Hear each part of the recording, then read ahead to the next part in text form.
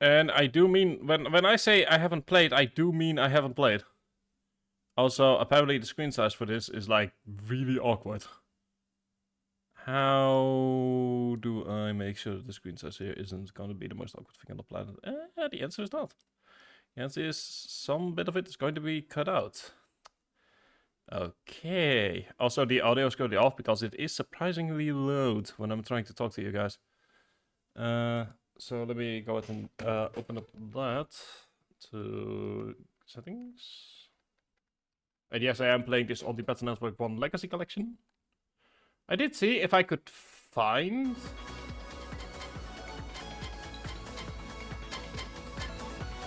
Like, I did look and see if I could find, like, the Battle Network 1 Legacy Collection on, We got this! like, on the settings page, but for some reason I couldn't. Let me check here again.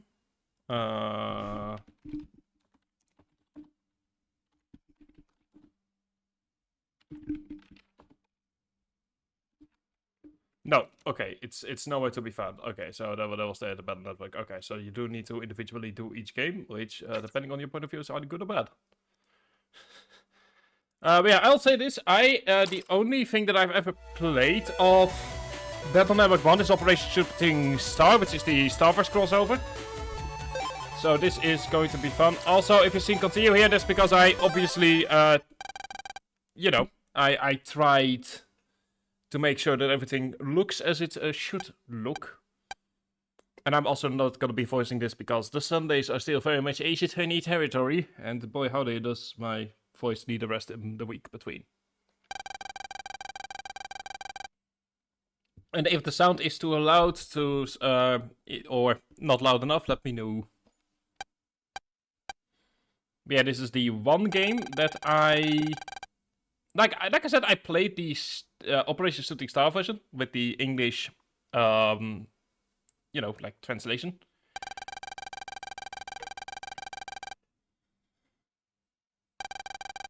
So that is, I do have some experience with it, but like I'm used to there being like this whole subsection of things that are, as far as I'm aware, aren't in the base game. Or in the base game, but like in the original Battle Network 1.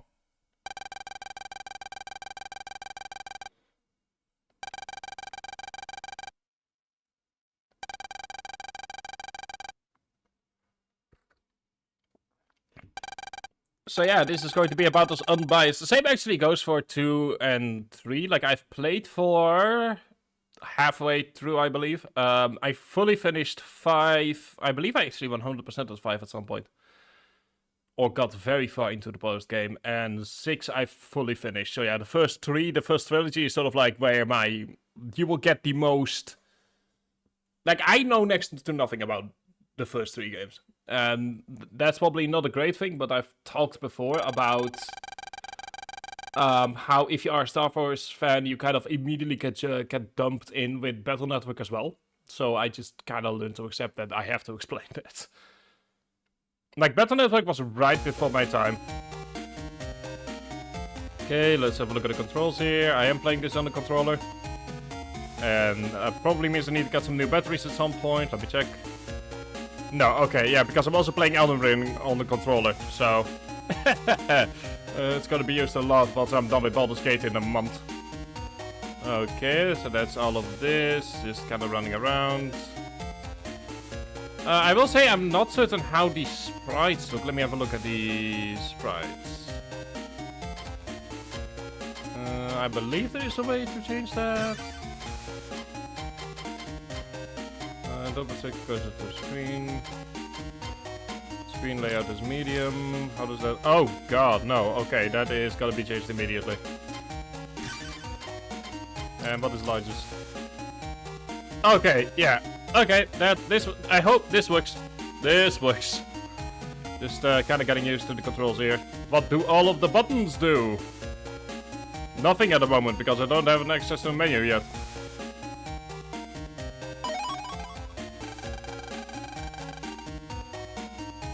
I also love that it says press that button, and I'm like looking at my Xbox 360 controller like, what button is that exactly?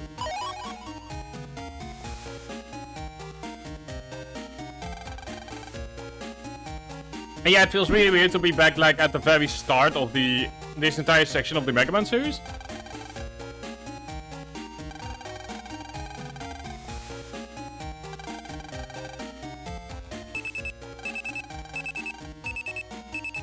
So I am aware of how this in general works. Let me go ahead and save it just in case. There we go. Got cross. Oh, I believe cross gun is like. I believe it's like a bug type thing, right? Let me have a look here. Music is surprisingly loud in my headphones. Might have to flip that down to 3 or something. Let me have a look at my folder. Oh no, cross gun is something else. So cannon. The one thing I do know about Battle Network 1 is that apparently in order to escape you from a battle, you need to have like a specific chip installed for that. Or you need to have like a specific battle chip, which, yeah, escape. Which I'm not sure how to feel about that. I can already tell that I'm gonna be hating that. Got, okay, sword, white swords. So we can also, oh, no, let's not do that, no. That is no. I've got a bunch of key items. I am gonna go ahead and lower the sound for myself. There we go. It's still loud for you guys, hopefully, but my ears are... The game is obviously not designed with headphones in mind, is what I'm saying.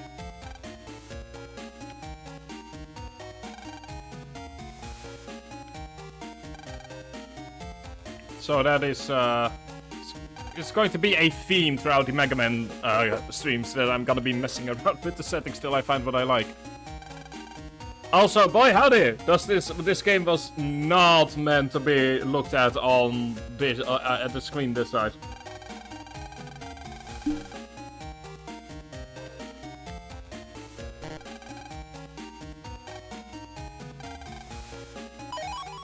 Okay, recovery A. I'm only now noticing like how the house in Star Fox 3 looks a lot like the Battle Network house. You know, it's the exact same layout of like, you've got your thing here, you've got your kitchen here, you've got your massive LCD plasma screen right here, which in 2007 was very, you know, hip and happening, and nowadays it's normal.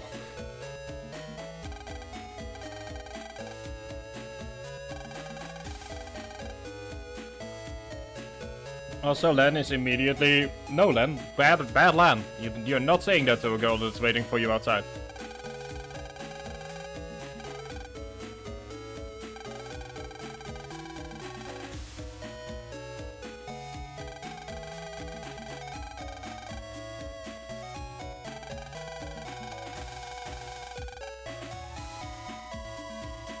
I'll pin this to it being 2001 when this game came out.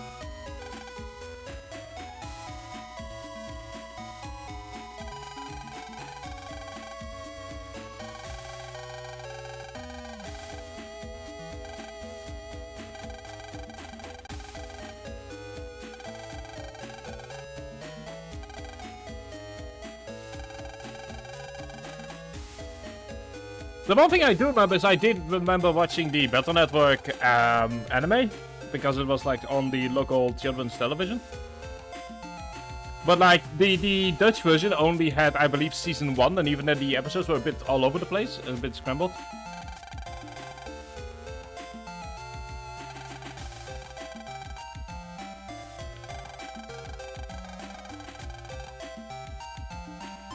And something else I'm noticing with regards to Star Wars, because we literally just finished Star Wars 3 earlier this week, if you're watching this on YouTube in the far, far future, is, boy, the sprite work improved.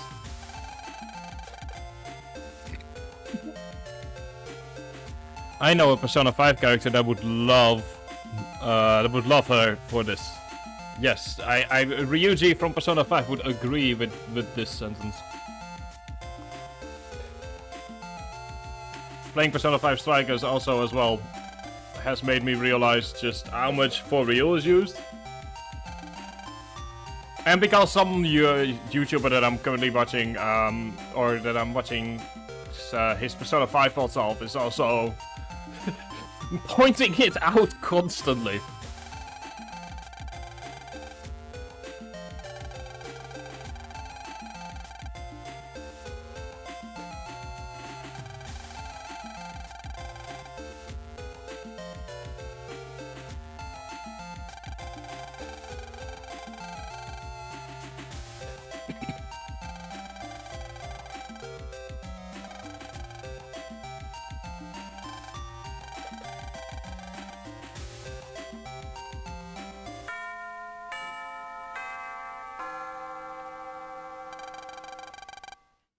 Oh no. How horrid. Class is starting. Who could have guessed? 5 minutes after you entered classroom.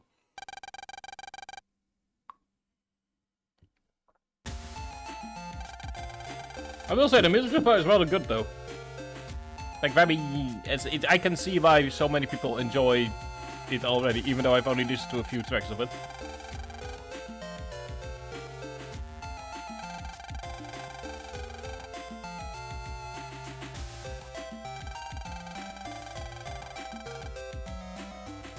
Oh, if only I could get extra marks for reading the news.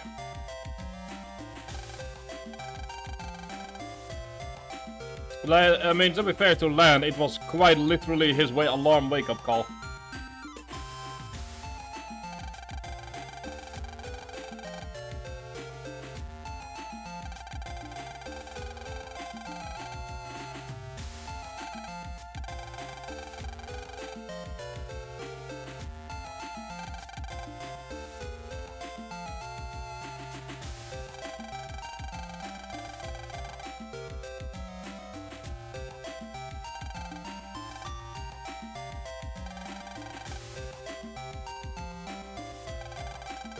So I assume this is the tutorial area, which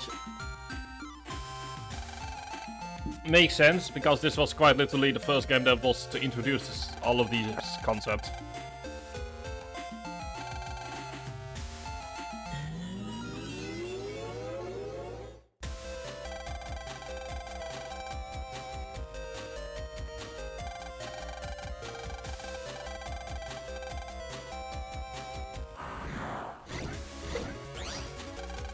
Okay, so I do remember like Battle Network 5 and 6 because I played Battle Network 5 a lot. But odds are there are like a bunch of things different in the first game, because this is a sort of like prototype for the rest of like about 9 games now that I think about it. The difference between Star Wars and Battle Network is essentially just the point of view.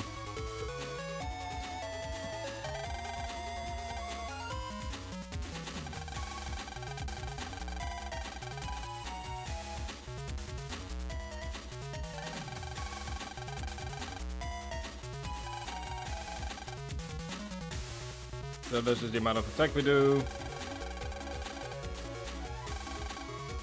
Like I said, this sort of like was the blueprint for both Battle Network and Star Force, so I'm assuming it's going to be a lot, not necessarily easier, but you know, less complicated than what we literally just went through a few days ago with like, oh yeah, this card is below like 2 other cards, so even if I don't want to take this card, I'm gonna need it unless I want to use it specifically as a single card. But is there a reason for that? No. Okay.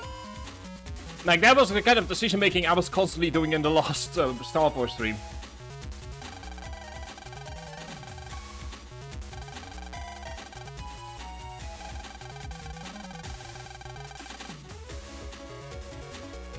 So yeah, we can, as per usual, take the same chips, which is normal. Here. A nice big cannon.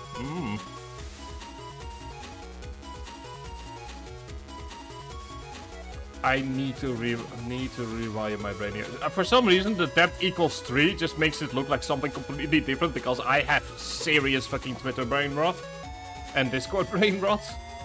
So I'm seeing that as something very different. Keeps going, 1 panel. Crossfire, 4 panel, diagonal blast, okay.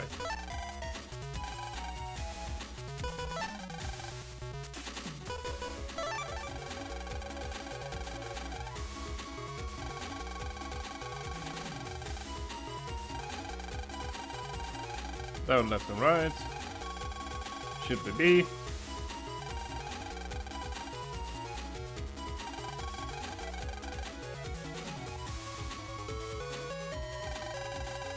Although I will say the background does look a bit like a rave and is reasonably distracting.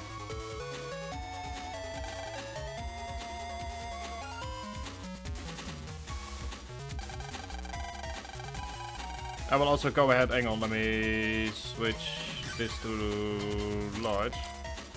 Okay, there we go, now everyone can see everything.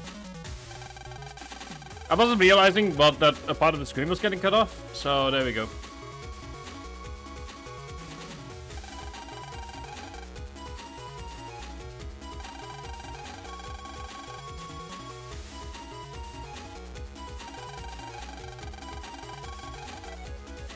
So custom gauge is the same as in Star Force, just on a different place.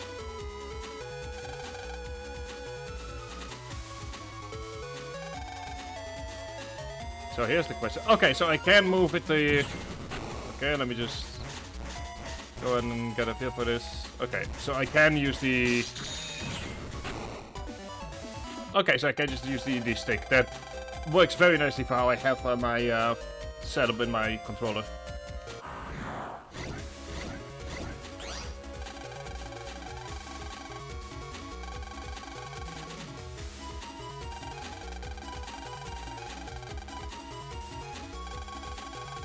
Yeah, so this is different from Star Force, where in Star Force you only have one lane to work with, and parts like Area Eater just lower the enemies variety, which can be a good or bad thing. In here it's a more equal thing. So there's something I need to sort of start getting my head around. It's like I have two dimensions to work with instead of one.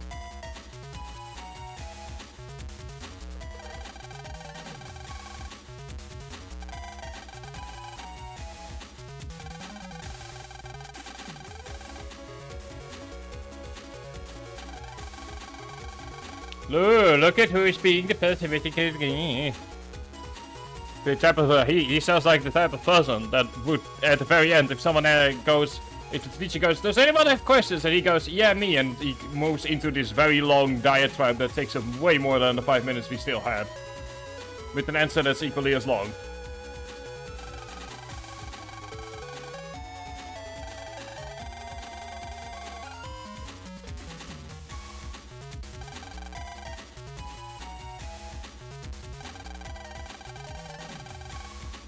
Okay, so that is actually very different from Star Force, where Star Force doesn't have code. That the general rule, if it's on the bottom, you know, like if it's diagonal or vertical, then you can use the same card. Whereas here you need to.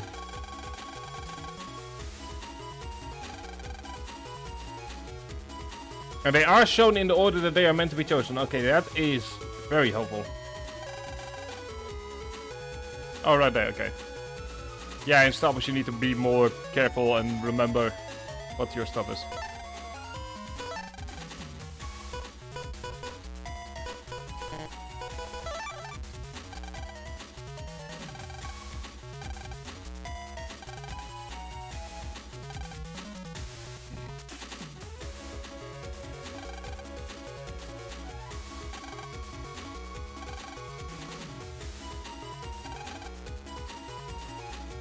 I just love the idea that there's like a school where that never can be deleted, and the teacher's like, yeah, that's normal for us. Oh, yeah, oh god. Oh, that is different from even from Battle Network 5, where you can just have continuous shooting. Oh, I'm not sure. Oh, I don't think I like this very much.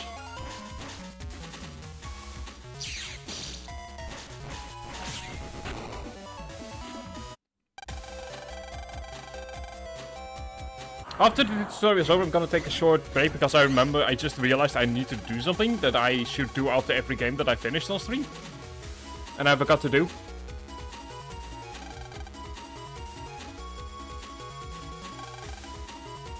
But I'll do that once we have control over the character again.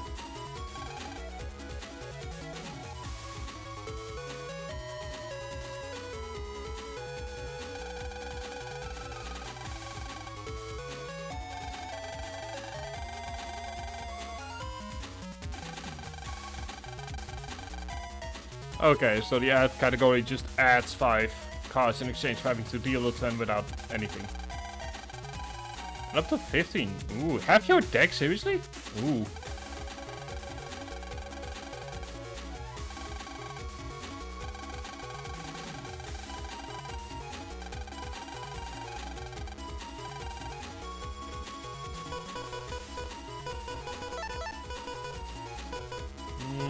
But do we really, though?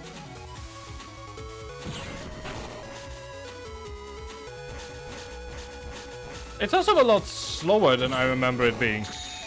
I don't know, might be because I'm used to the speed of Star Force, but I am... Like, I'm not used to this being this slow, I guess? I wasn't aware of just how much the speed of Star Force was increased.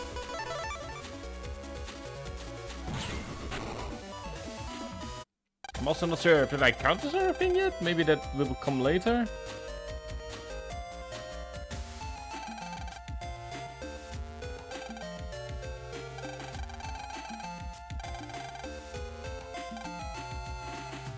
Okay, let's first of all do a quick save. I need to quickly do something on Twitter that I forgot to do because I'm an absolute derp. So give me 1 second here to do something here. Like I said, I'm a derp and I forgot to tweet this like at the very end of last week, of the last stream. Might be because the last two things that I put on that list were Boz the Shadow or Corpus Christi, which is a 2019 movie Polish about a person running away from a youth prison into a small town and pretending to be a pastor. Very interesting. Genuinely very interesting movie, but like it is sort of all over the place in that regard. Thank you. You're what I need. Opening a new tablet. Dank u. Yep. And you go, yeah. Don't like that change for Chrome though.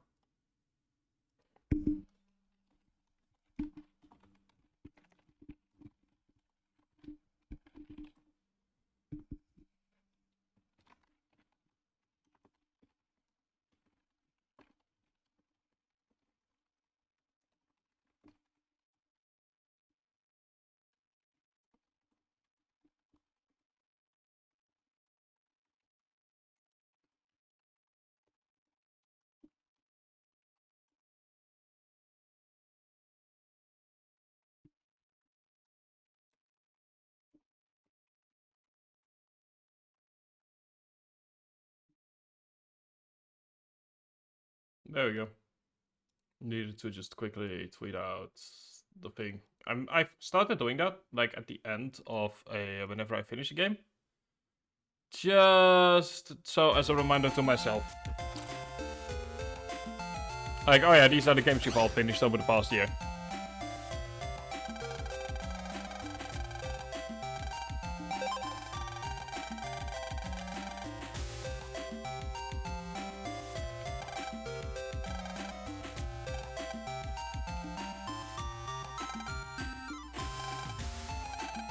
Okay.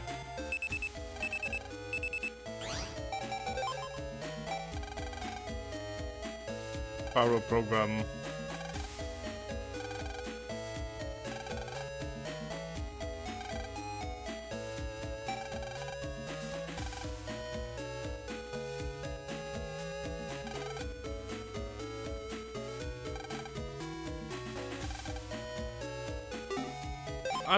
Something I'm noticing immediately, and this might just be because of, like I said, the constant differences between Star Wars and Battle Network, because that's the order we're playing the games in, is how much slower Lan is with regards to walking. Squirrel.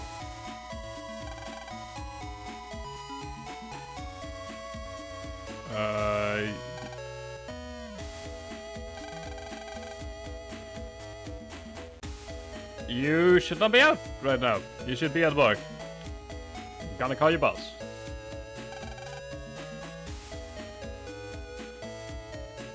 Let's have a look around town.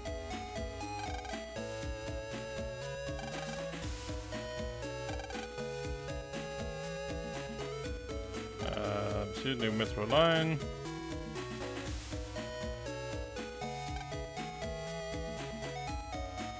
I do like the music though. It is surprisingly nostalgic.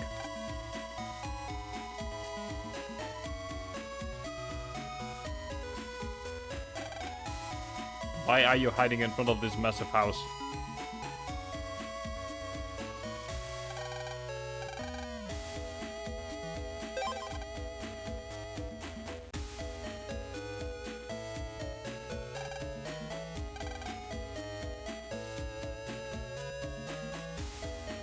Can I? No. Boo. Gonna have to wait 4 games before I can do that. Yeah, I wanna make the dirty joke. Yeah.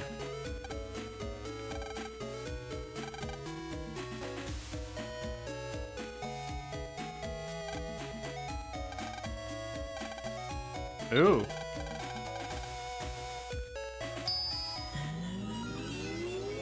Hey Shada, how you doing?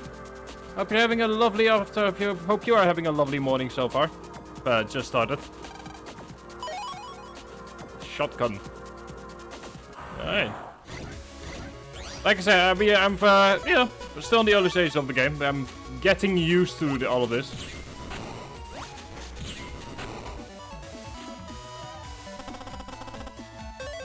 Shockwave.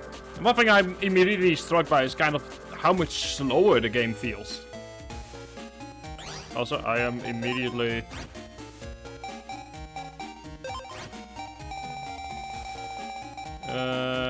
Expel, I mean, yeah, it could be useful. More than once have I used the Star Wars variety in order to really mess with the enemies. For now, we'll kinda... decide what to eat for lunch. I mean, like I said, I started stream late because I was accidentally watching RT Game do his green screen movie night, and I kinda got lost in how amazing all of those, you know, minute-long videos are. And yeah, I had a thing yesterday, but we already talked about it on your stream. Apart from that, it is hailing, it is thundering, it's my bedroom or my room is currently slip and slide. So I'm not wearing the cosplay yet today, for the simple reason that I don't want to make the mistake of accidentally slipping and sliding while having the thing is that the boots of cosplay don't have grip, and that's right now the last thing that I need. Yeah, there's currently been a lot of comparing between Star Wars 3 and Battle Network 1. It's, you know, like, it feels a bit weird, because I'm essentially comparing the last game in this sort of, like, prolonged series with the first game.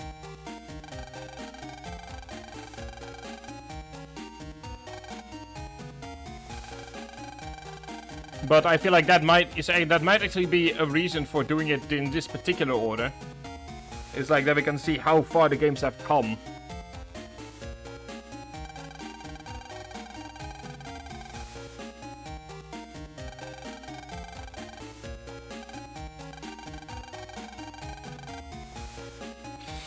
God. Can you imagine having a mom like that goes like, go to your room, you're being annoying. Also, legends.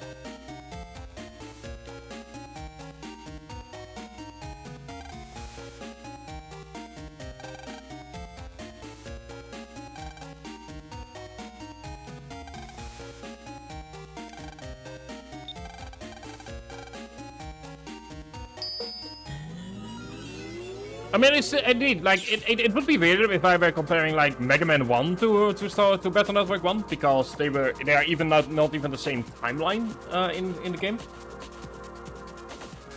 But I do think it's a very interesting comparison between Star Wars 3, which we finished on Wednesday, and Battle Network 1 right now.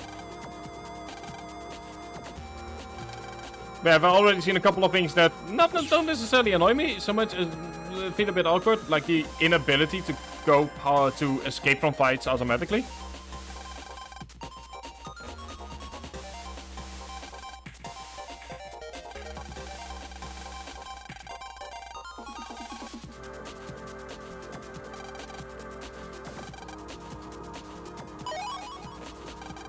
Also, this was I should also probably remember that this was 2001. So they really did think that the internet might look like this at some point. Complete with the ads, although to be fair, you could make a very bad Twitter joke for that. But yeah, something I'm also noticing immediately, as I did finish almost 100% at Battle Network 5 back in the day, although with Double Team DS, is... Ooh, didn't even notice the little cyber thing right there. That's actually a very neat detail.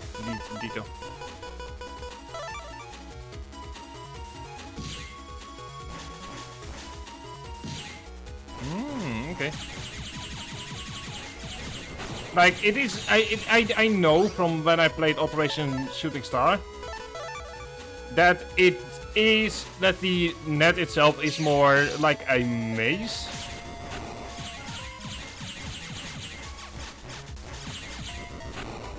Which is already annoying me, to be honest. Okay, Midgard. Like, I'm used to Battle Network 5, which is more visibly an... you know, just a thing.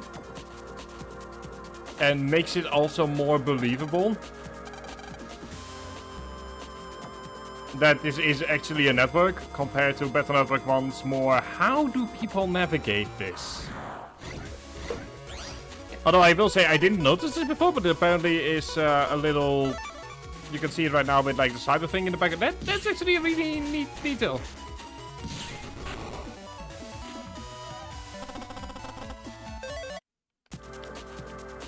So that's actually a really nice little detail right there. Let me just go and do some exploring.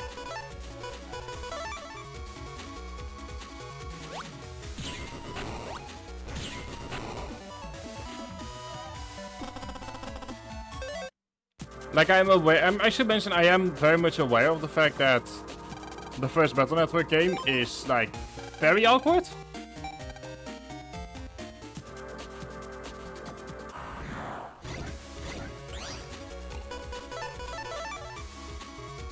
So I am very well aware of its reputation. But I feel like if we're gonna be doing the Summer of Mega Man and we are gonna be going through all the Mega Man games at some point, then that includes, you know, the ugly stepchildren of the series.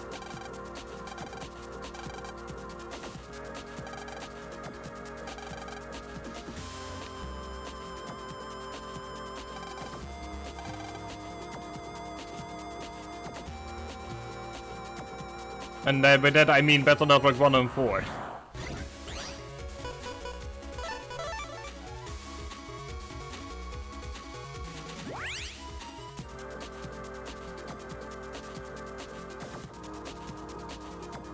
I mean, like I said, I've said it at the start, but I like played Operation Shooting Star, and I think I finished Operation Shooting Star at some point, which was the like Battle Network, essentially just Battle Network 1 with a Star Wars scenario in it, and Geo as a potential net navy.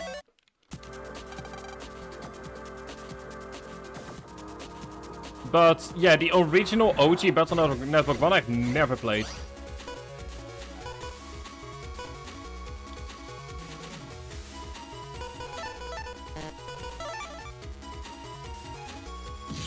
And I think me and whatever program is used to avoid fights is gonna be on a first name basis with one another. In fact, I can almost guarantee you that.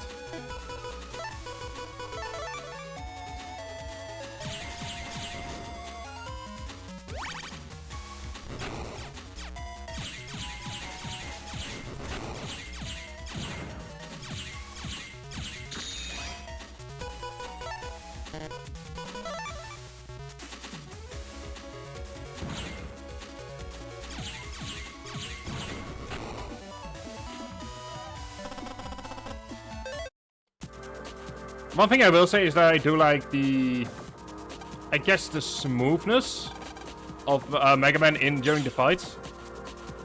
You know, as someone that loves those kind of suits, it's really nice to see.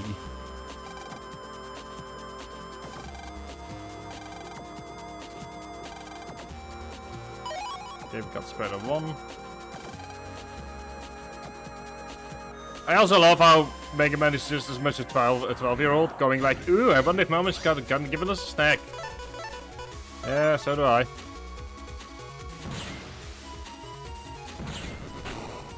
Okay, so height isn't a thing, that's good to know. Starting to feel like a Dark Souls boss fight.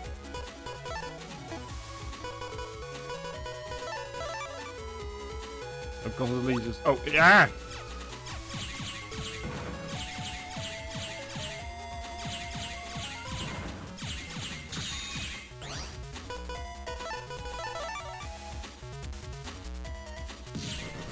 Like, the figure is, normally I would do, like, one scenario stream, but I don't know how long the scenarios in Battle Network 1 are. Like, I know from 5 that they're closer to the Star Wars 2 and 3 stuff, which is roughly 3 hours per scenario.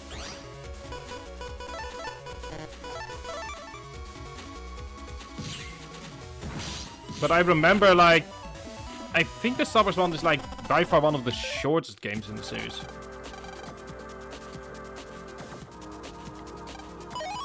Okay, recovery. Ooh, yes, I will take that immediately. Do we have an L in here? We do. Okay, good. Let's just go ahead and run around here. This way I don't have to ever do that again.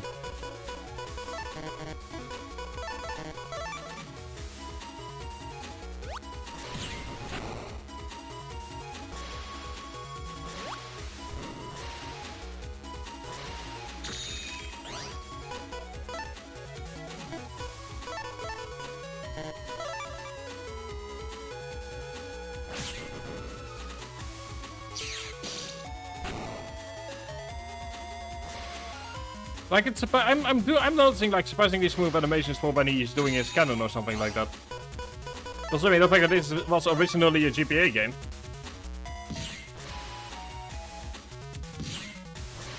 Even if I know it's, like, maybe at most 2 or 3 frames. No, it's the thought that counts.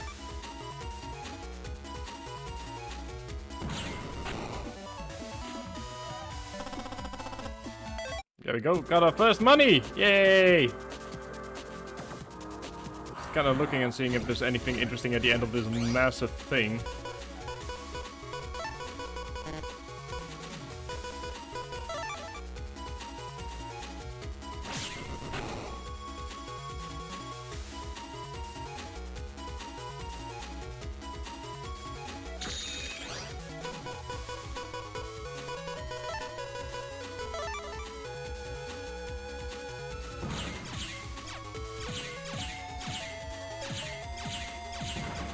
But yeah, hope you're having a lovely day as well, Shadow. And hope you're capable of finding something you want to cook.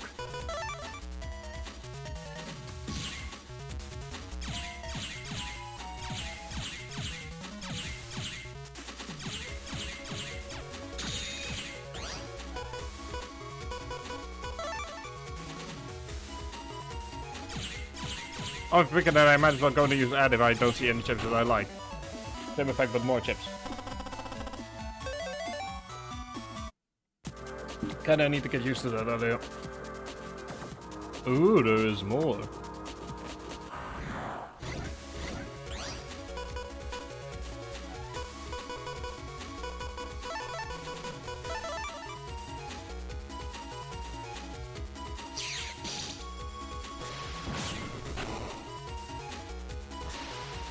Oh, nice. I mean, amen. No need not to be lazy. It's Saturday after all. Like, once I'm done streaming, I'm gonna go ahead and just play Baldur's Gate all night, so I'm with you on the lazy department.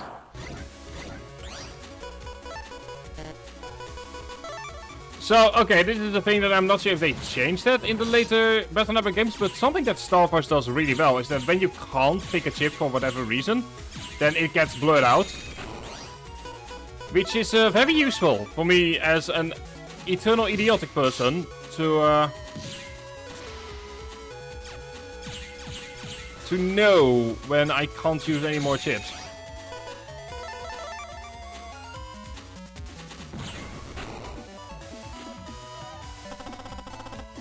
I am getting a bunch of money from this though, and let me also go ahead and... Oh, oops, that's not working. Also, apparently there are 175 chips in this game. Oh no. Can already tell you, I'm not 100%ing this game. Also, apparently, the health just restores between battles, it seems. Okay. I mean, you know, Star Wars exists. Star Wars 3, which you have just streamed the entirety of, is... without joking, there are some good, absolutely good Mega Man games there. I know there are a couple of games that are coming out that are very much inspired by it. But it's like I said, I'm currently kind of on a CRPG kick.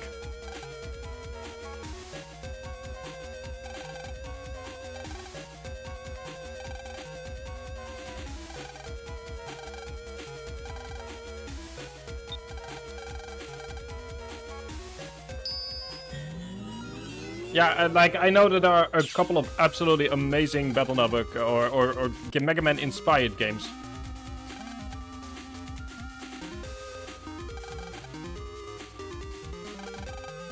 Also, I have to admit, the sprites look so awkward in the first game.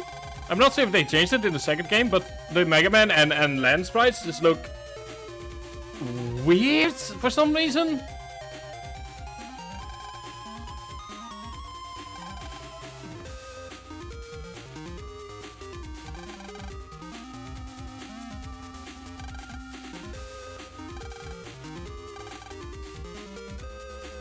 Yeah, I assume that this is the first dungeon of the game.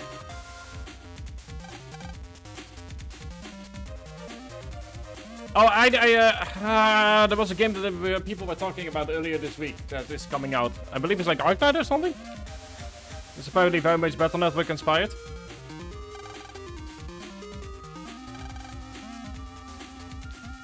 Eyes blocked from the following section of the network. Okay. Shotgun Q. As a vivid. Sucker. Ah, there we go. Gravity Sucker. That was the one that I was thinking about. But yeah, I just saw Shotgun Q, and as a vivid Zero Escape fan, that just suddenly made my mind go, ooh. Ooh. Ooh. And if you've ever played Future's Lost in the Water Zero Time Dilemma, you will know why Shotgun and Q are not two things that should be in the same sentence together.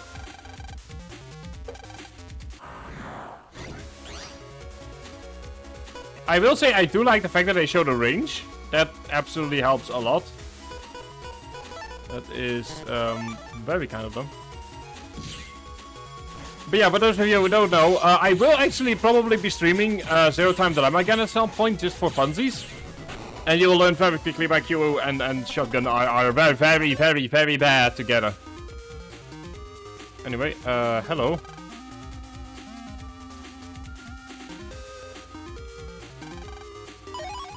Got 400 zennies.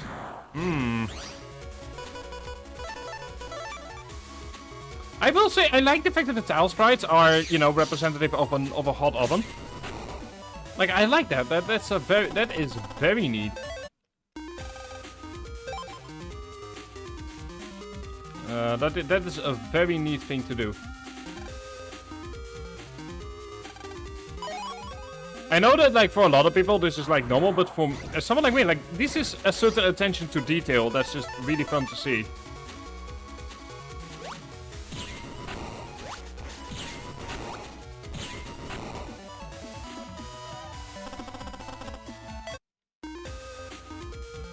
Also, the game is just not joking around by dumping us immediately within an hour into the first dungeon.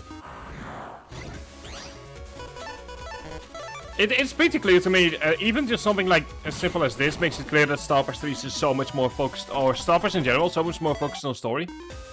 Like, even Star Wars 1 takes at least an hour and a half before you jump into the first true dungeon of the game.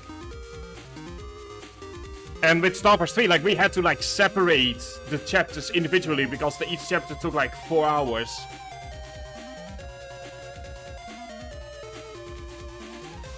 I believe I've just now made a... I think I just now turned around.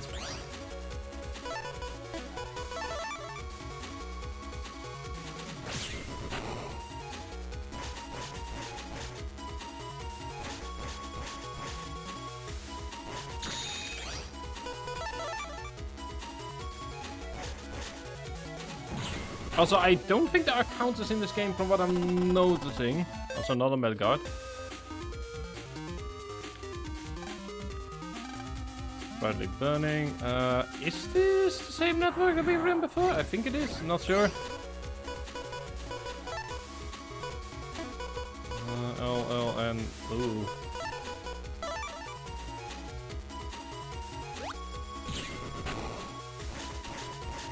Probably should have killed the map, but you know, the overkill. I kind of need to get out of the mindset that overkill is you know, being very enthusiastically agreed with by the game. So it's going to take about at least an hour before my brain goes, oh yeah, right, we're not meant to overkill the enemies.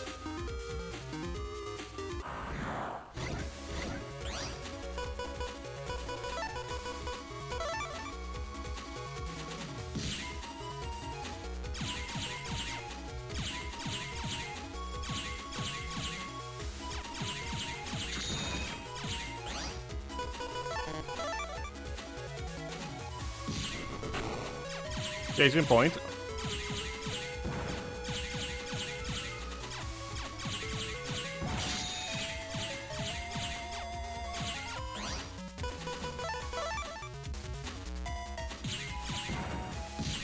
There we go. It's another cannon. Extinguish 7 fires. Oh, joy, puzzles. So, think about the bigger pile, so the fires that you extinguish will be returned. Oh! Oh! Oh, joy.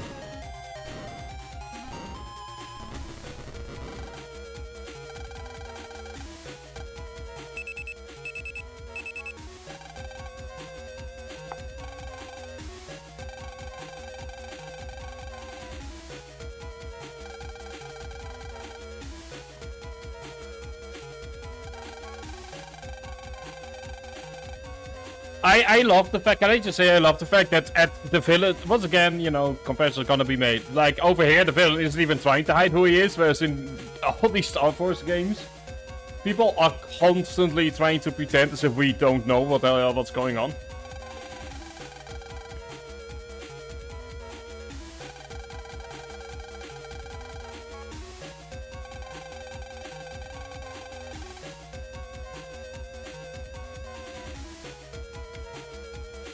Oh, we are in control here.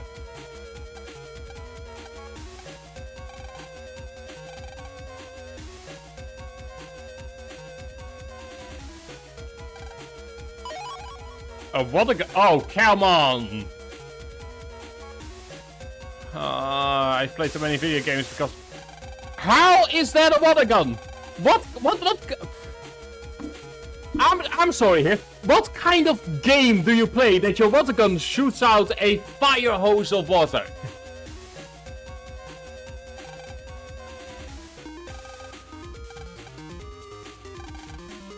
Like, seriously, what kind of game does Len play in his free time where he's like, you know what I need? I need a fire hose. Hi kitten, how you doing?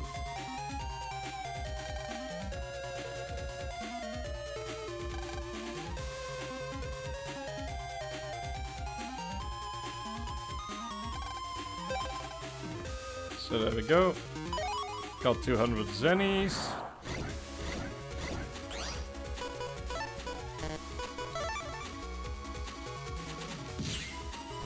Okay, oh, this is a genuine explorer cross. Okay. Bahaha! I have found the eternal weakness of a Metara, which is another Metara on the same platform.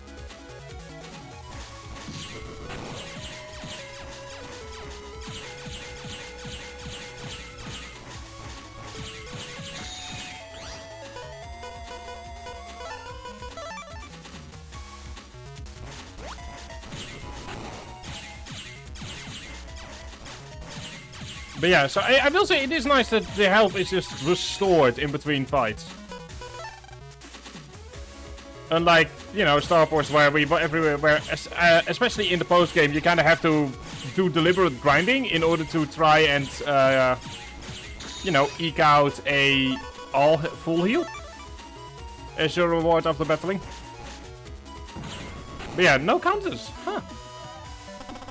I'm so used to just kind of countering my stuff that is just... That's going to take a while to I feel like this entire game is going to take a while for me to rewire, and then by the time I'm done with my brain being rewired, I need to rewire it again for the rest of the series.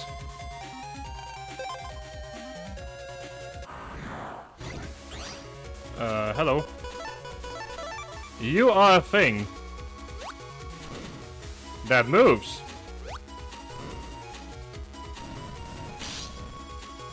And shoots fire. You are bad.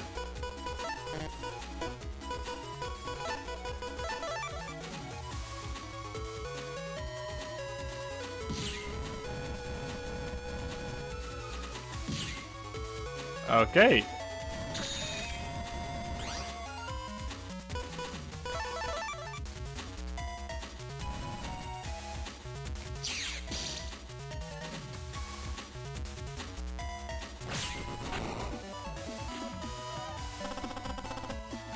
This is 130 zennies. You are Little Bomb. Oh, that equals 3. Oh, I'll take that, yes.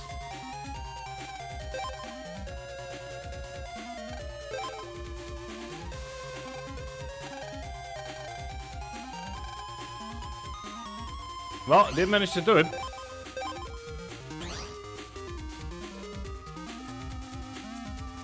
Also, we are 45 minutes in and we're already at the first boss.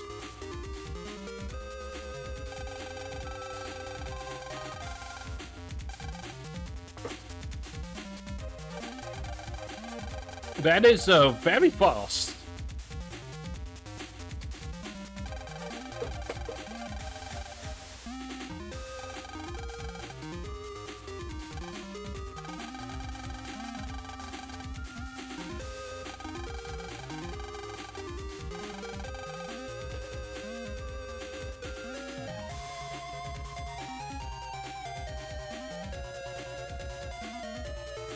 Something about this language irks me and I can't put my finger on why.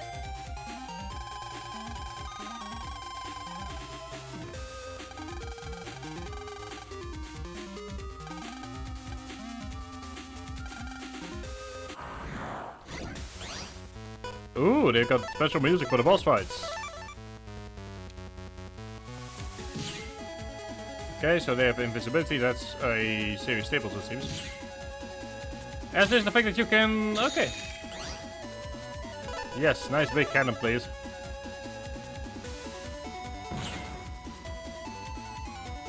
But this is the ultimate proof for me that countering does not exist in this game, which is sad. That's how I like to play with my bosses.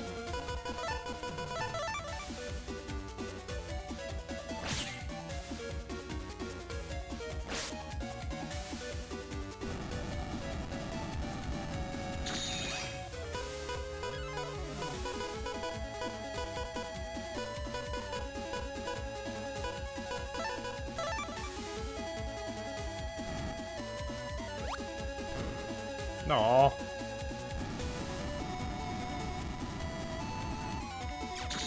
Cool, great use of sprite work though. Like, I will absolutely say like an absolutely amazing, you know, use of sprite work here.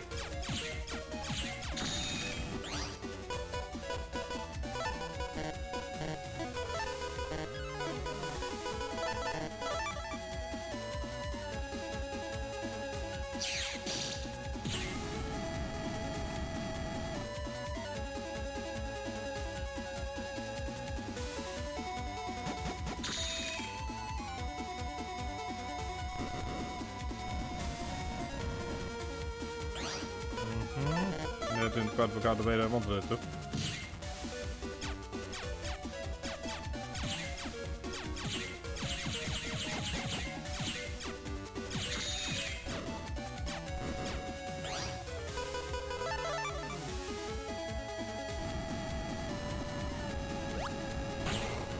There we go.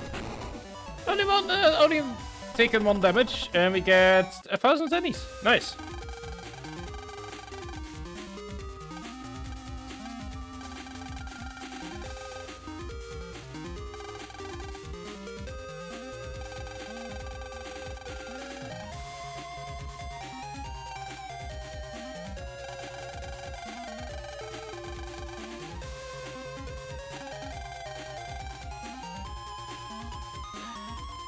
I'm not gonna question this.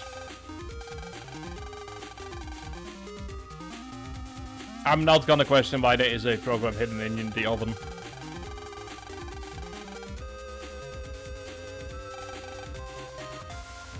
Yeah, exactly. I can't believe it either.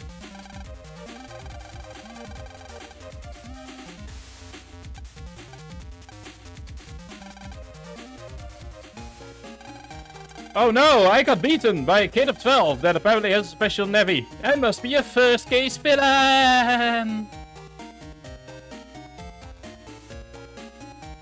Like, the figure is with Team Rocket, it was at the very least like a running gag that they at some point just stopped trying to even be shocked and just started doing their own stuff while being blasted away.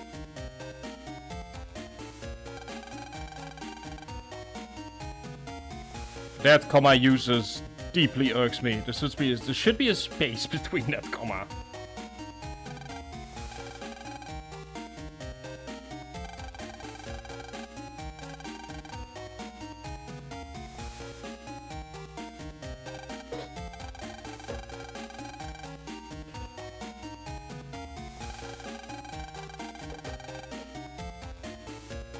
But yeah, like I said, so there is something deeply uncanny about this sprite in particular. I want to kind of point out this sprite here for a moment. I am going to be riffing on Battle Network 1 a lot, because it is known as the, you know, sort of like the prototype. Look at his neck. How is he talking? Like, how long is that neck of his? That he can talk like this. Like, just... I just feel the need to point this out. Like... How is he talking? Like, is he stretching his neck each time he tries to talk because he isn't big enough or something, or he hitches the bottom of the screen?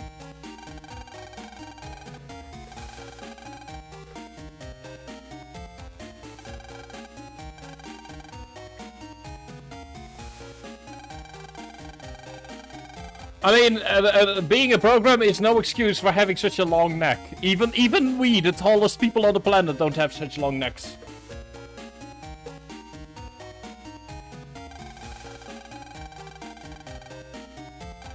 I also love how, like, Mega Man immediately goes... Mega Man's first reaction is, we will beat them all.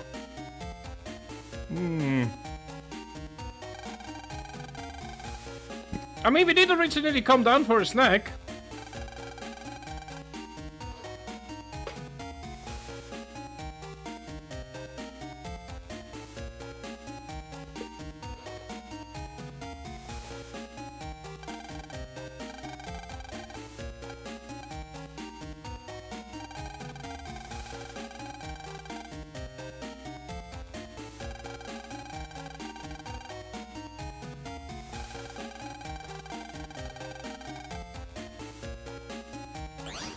I just love how Lan's mom is like the prototypical Karen. Just going like, you know what, this is gonna be a bit thicker out. Now go play outside, mommy needs a beauty rest. Oh, that would make sense. I mean, they are both 12. Like, when I was 12, I was like 140 and I was all giddy over it because I look like a long boy. Like, I can see that.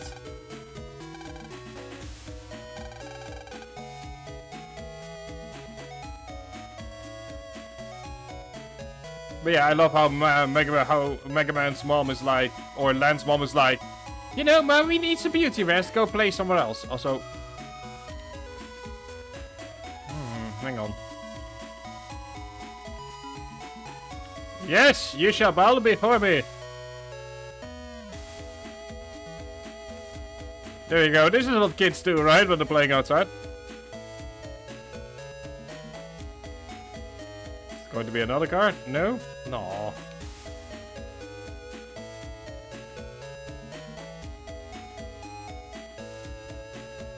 I mean, she did tell us to go play outside. There we go, I've played outside. Let's go home. Let's go to bed.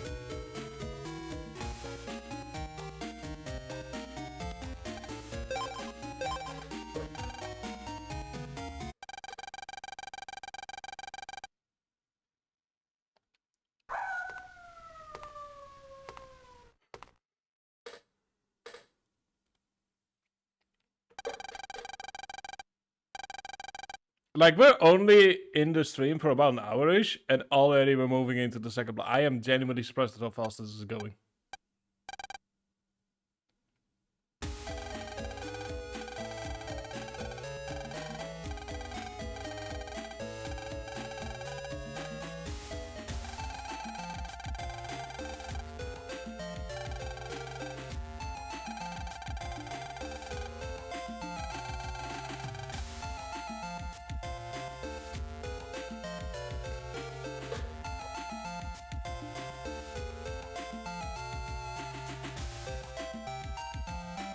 something about this feels off.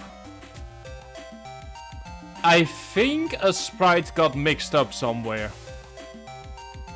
I'm sure a sprite got mixed up somewhere.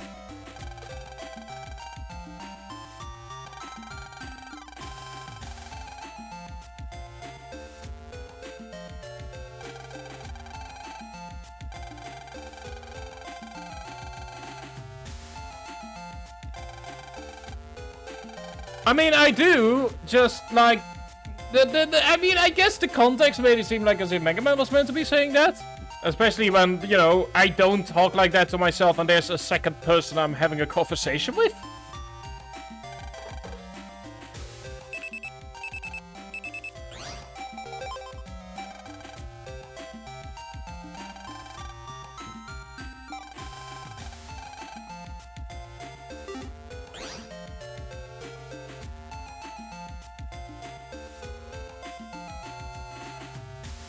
You know, we've got all the time in the... Ooh. Are we meant to find that this early?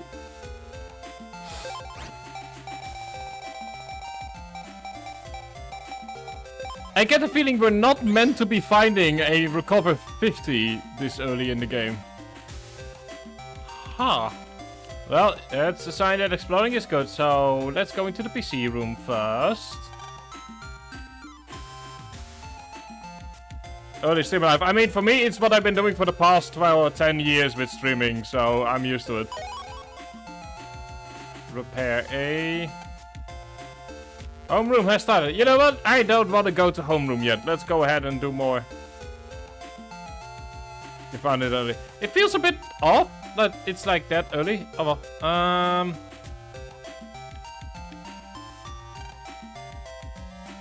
Let's do some more exploring.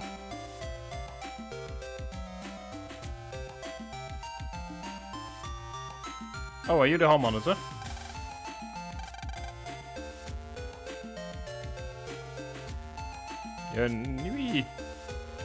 I have been streaming that long. Yes. Let me actually check that for you. Okay, so I found a second problem with this game.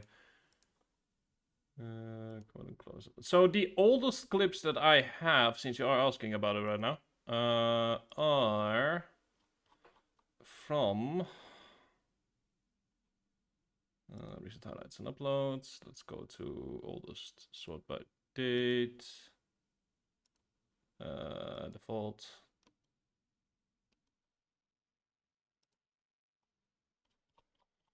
So the oldest stuff that I have is 9 years. Although to be fair, like streaming as I nowadays do is like closer to 3 years. But yeah, I have been streaming for that long.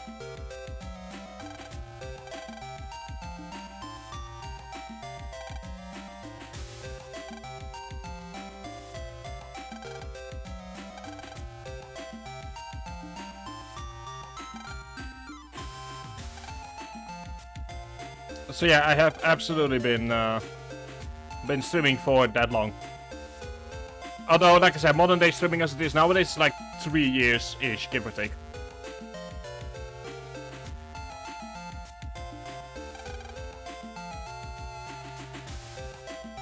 I love how Mega Man is just... I mean, I could in theory... You know, like, do that once I hit... I don't even know when I'm going to hit the 10-year mark. I'm just basing it off the oldest clip that I have. But I could do that, to be honest. Like, I could just kind of do, like, an old... Like, I sort of did it for the birthday this year, but, like, I could go over just, like, old... Like, I could just pick out a random old stream of mine, and we're gonna be watching the old stream together, and I'm just gonna give, like, commentary on it. As far as I can remember the making of it.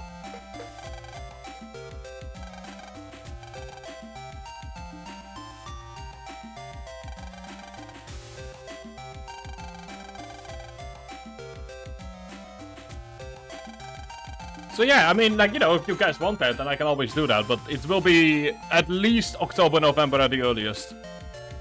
September is going to be a month where I'm not even sure how much I will be streaming, because it's like it's the first month of the new academic year, so it's sort of like I'm essentially taking the first week off in September. So the week of September 4th is always the first week of the academic year is always a week off, because I need to make sure that I know what it is that I'm getting into.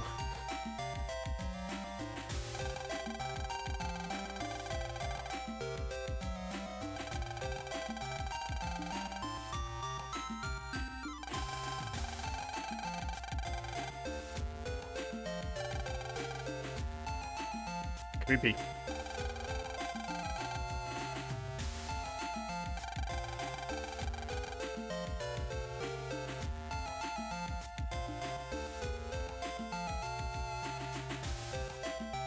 I'm gonna talk a lot of this language up to early 2000s. I do love Lens, you know, text of like, I didn't know what's the teachers and hobbies.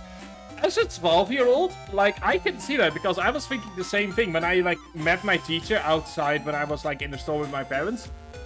Like, something in my brain went, oh, they are people. Like, for some reason, I was always under the assumption that teachers just kind of were always in the classroom and were also sleeping in the classroom for some reason. Like, they would always just kind of be there. And, like, the school was their home.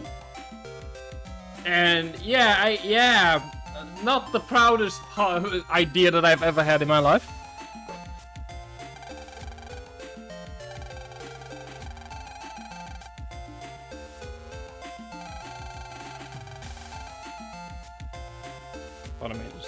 There we go.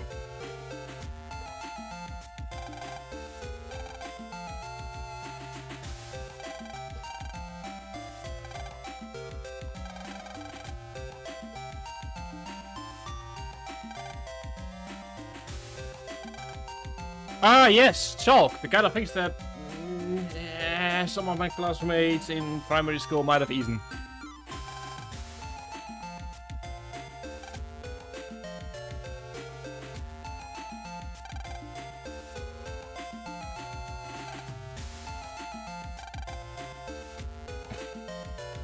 This child right here, this conversation is a mood.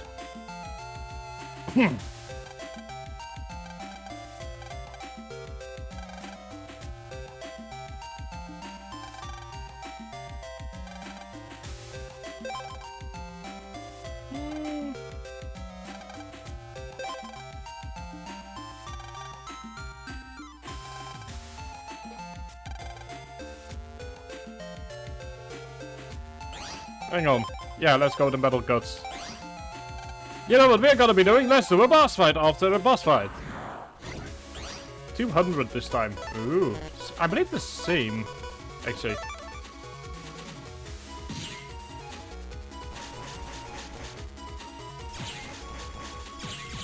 Alright, the Mega Buster doing its thing is like not a thing in this game.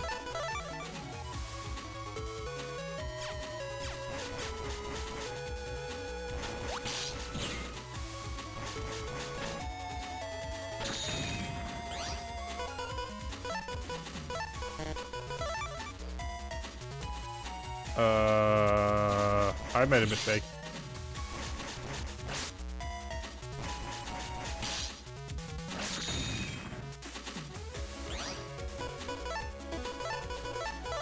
Mean.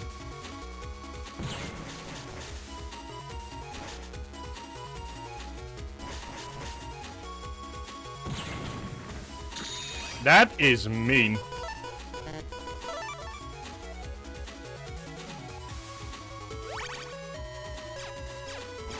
That's the thing, this is the second boss fight in the game. Like, okay, that's upping the challenge a bit.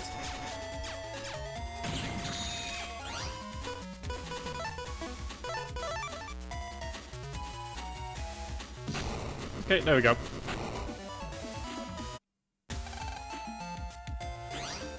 Okay, there we go, beaten Gutsman. Alright, moving on.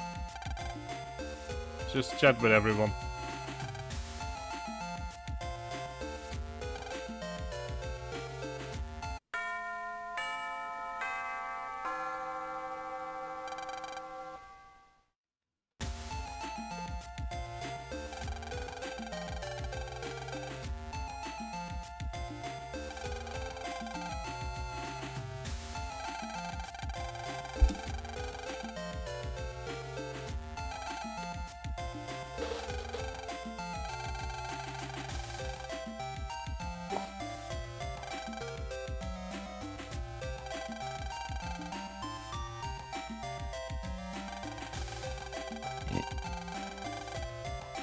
Oh no, he's one of those teachers. I'm getting such serious flashbacks to my high school. Where at some point, so I was in this like high school for like adults. So you sort of like could get your high school, you got like a higher level high school degree as an adult if you went there. And we had this sort of like, and the way that this school works is like we have this, it's in this old 16th century beautiful building, beautiful 16th, 17th century building. And like it is in a U shape. So you know one of those like buildings that has like, you have like this main entrance hall, then it has like 2 wings going left and right. And in the middle, they had put this study place where you could, you know, study, and was also technically sort of a library of sorts. And so I went there, and almost always there was this group of people that was being drilled by a teacher, where they would go like, "Oh yeah, we've got some time off. Let's go there. Let's go to this place." And then they went there, and the teacher was all like, okay, I know that you still have to do your English homework, so you're now going to do your English homework. And there was like no ifs or buts about it. Which, to a bunch of 16-year-olds, was not what you wanted to say.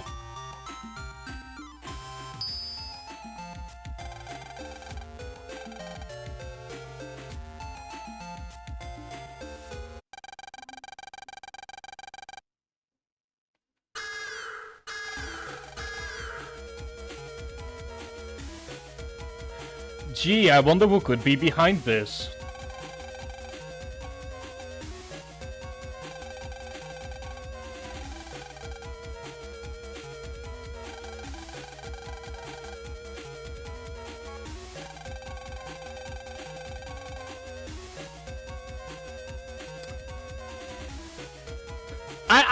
I'm sorry that I'm constantly stopping with text, but that's just kind of the nature of a 2001 game being played in 2023. I just can't take these kinds of things seriously ever since one of the Marvel movies was called Endgame. For some reason, that's just like my first instinct. I've never watched any more. I've watched Spider-Man Into the Spidey at first, like for the first time last 2 or so weeks ago. But like, that's my only exposure to Marvel movies, but even I cannot take this seriously without immediately thinking of that for some reason. Also, this is smart to just tell it in front of a bunch of children.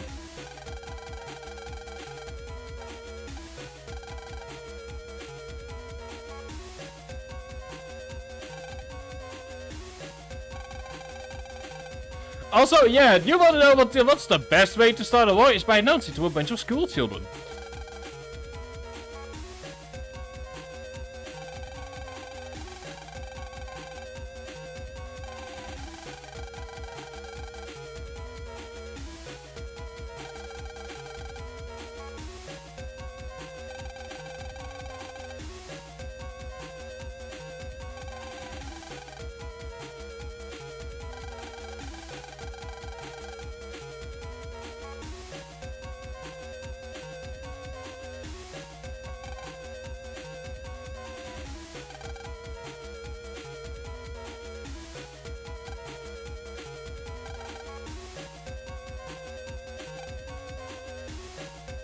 Wait, hang on. Seriously? Already?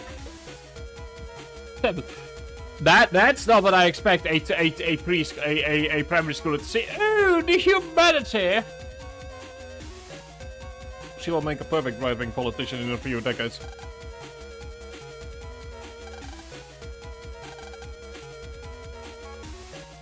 Also, I'm from now on gonna be using schooljacking in my vocabulary.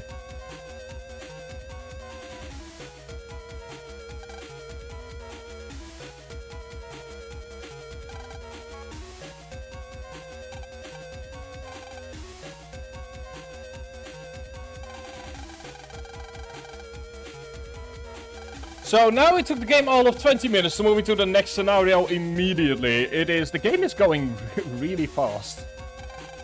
Which is, like, I'm gonna have to, like, rethink how I'm gonna be doing this. Because I was under the assumption that Battle.net like, would take, like, the same average length of Star Force. And not like, oh, we're already in the second scenario of I don't know how many.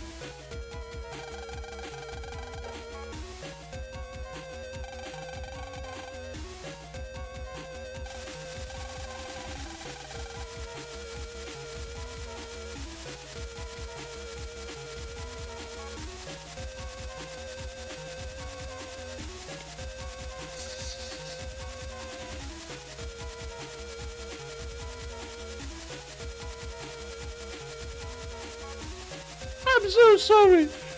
Oh, why did they make that animation?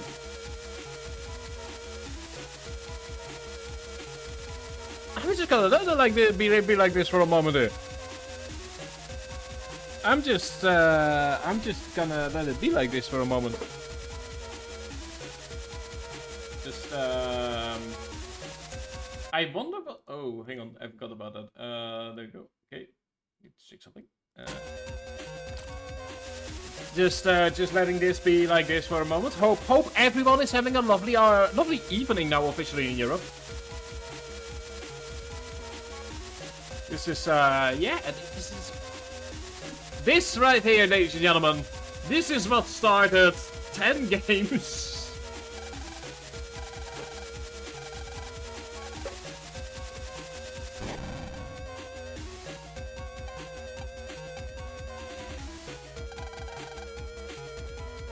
This is the explosion at the end as well. Yes, he very much is. He's already got the hand motions down. That much is for certain.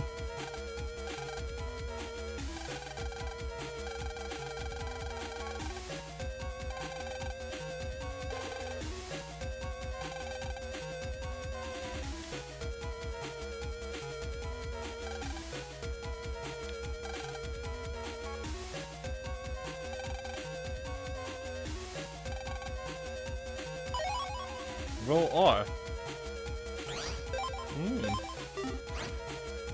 Oh yeah, that's right. Hit enemy in some HP. I feel like that might as well go into one of the recovered tents, to be honest.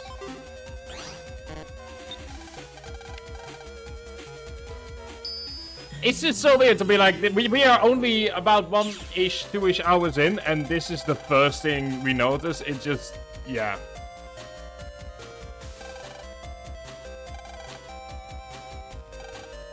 Oh god, I think I remember this because a person that I follow is very complainant, has a lot of complaints about this particular scenario, I believe.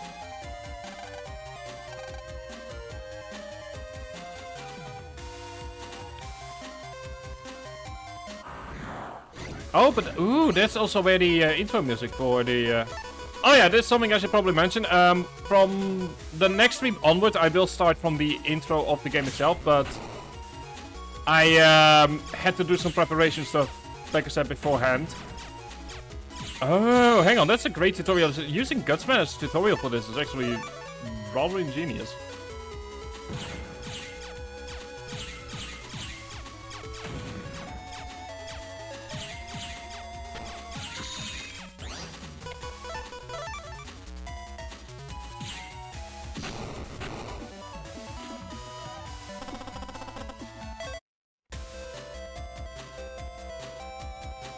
And that is Shockwave. I'll have a look at that later.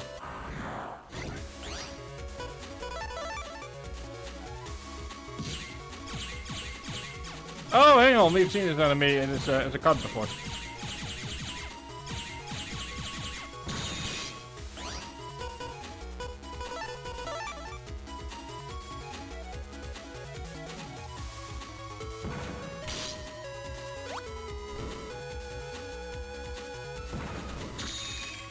Come on, seriously? There we go. Gives us more Zennies. And we'll have a look at the Zenny shop once we're done with this scenario.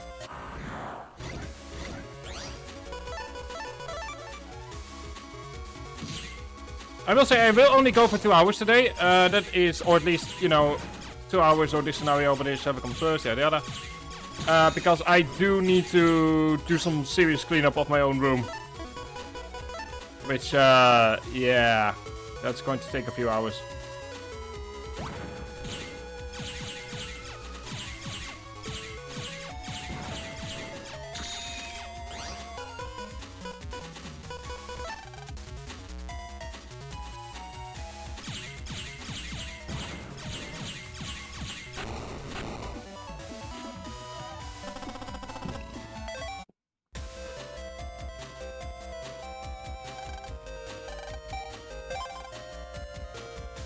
Sometimes the long way is the shortest. Thanks. And sometimes you grab 800 zennies as mystery data.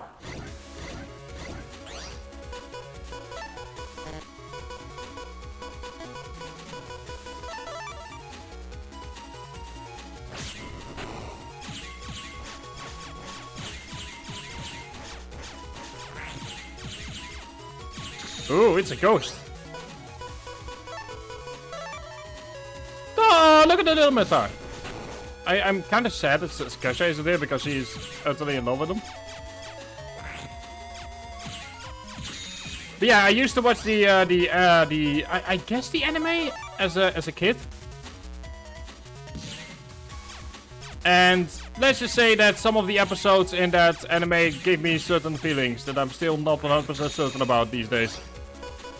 Like, the Battle Network anime has some infamous episodes.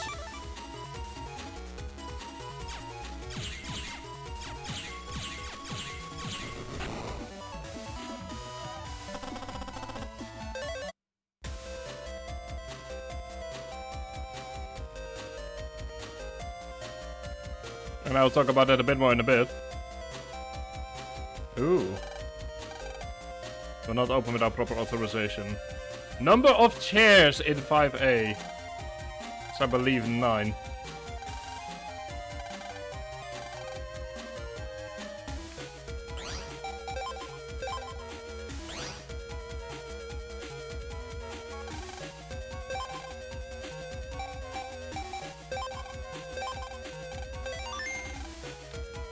Okay, there we go.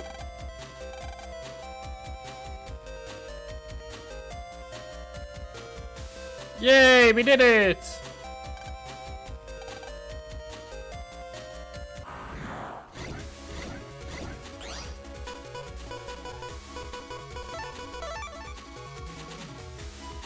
Yay, we can do basic counting! Although, to be fair, it's obviously meant to be a tutorial for like what's yet to come, where we will be dealing with harder questions.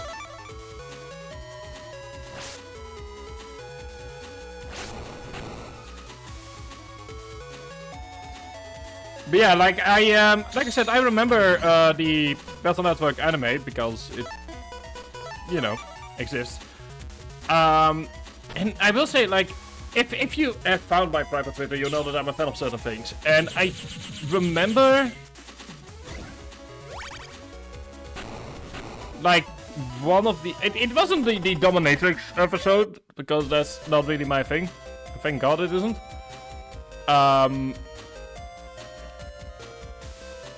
But there was definitely, I believe it was like in the American version, like the 4th or so episode, that awakened something in me that, yeah. Like, I believe it was like the Magic Man episode specifically that like awakened something in me that I've not fully accepted yet.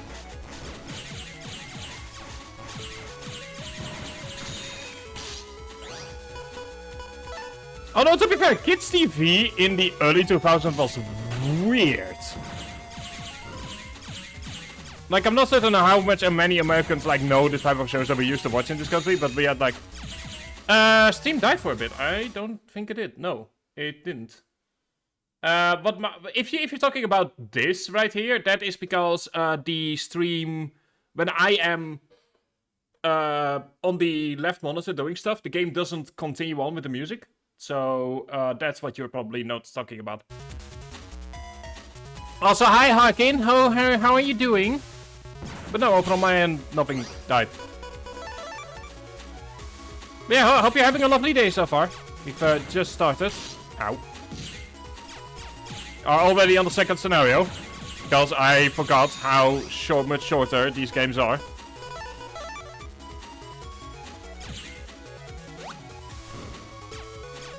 So we're already on the second scenario. Like, the first stream is going to be a bit of a testbed for how long the Battle Network scenarios are.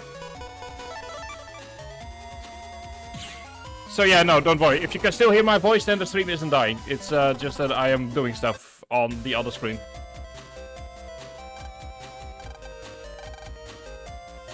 So next up, it's Number of volumes of History of the World. Oh no! I was there earlier, and I haven't checked. But yeah, so we just kind of casually... So yeah, we can now go outside. Let's have a look at what is happening outside. But yeah, like, we used to have, like, a bunch of weird television shows. And I believe they came all from the same Canadian company. Like, stuff like Totally Spies and all that. Like, they had some interesting episodes in that show.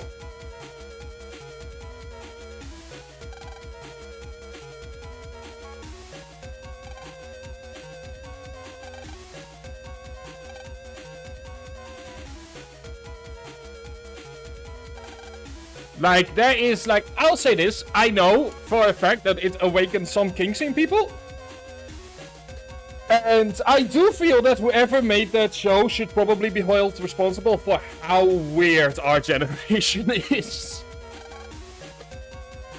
Because, boy howdy, they absolutely are responsible for some of the stuff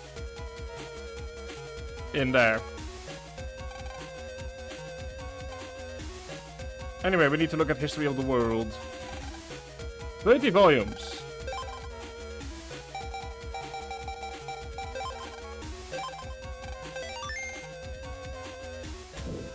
Alright, moving on.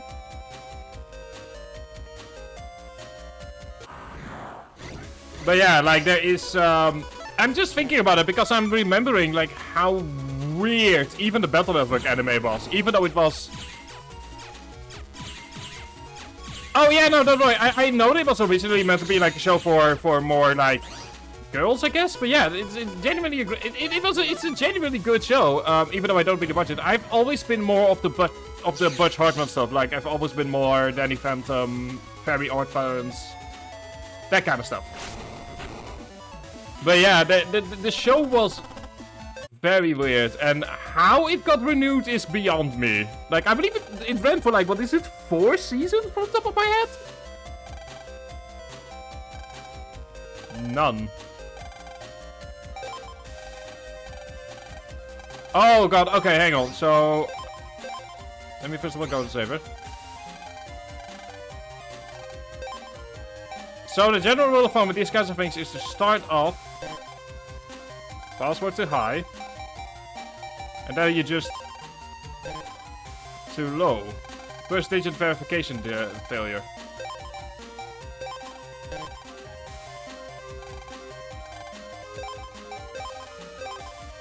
There we go. I mean, to be fair, we didn't have Cartoon Network in the Netherlands because cable was just like not a thing for us. So we just kind of, the shows just kind of showed up on stuff like Fox Kids and Jetix and later on Disney XD. And it's really interesting. Like my sister, my younger sister is like 5 years younger than I am.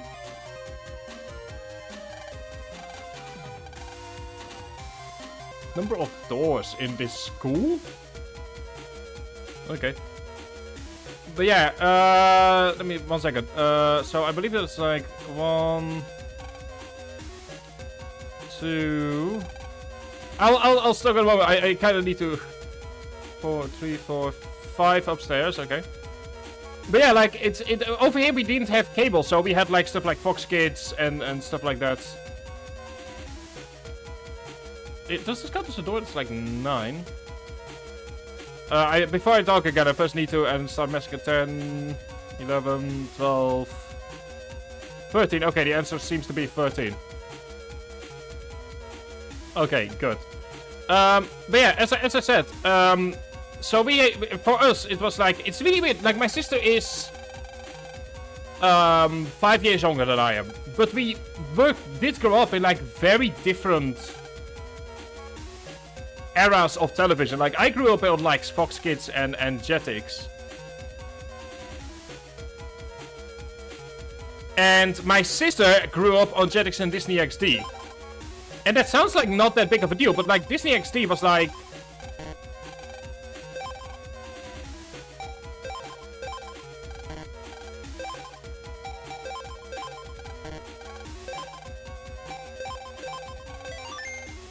I apparently missed a few doors somewhere.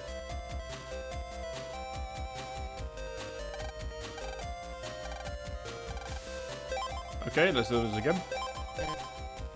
Second decent verification figure. Okay, failure. Okay. We got that immediately. But yeah, like Disney XD was like a lot of, I guess, real life stuff.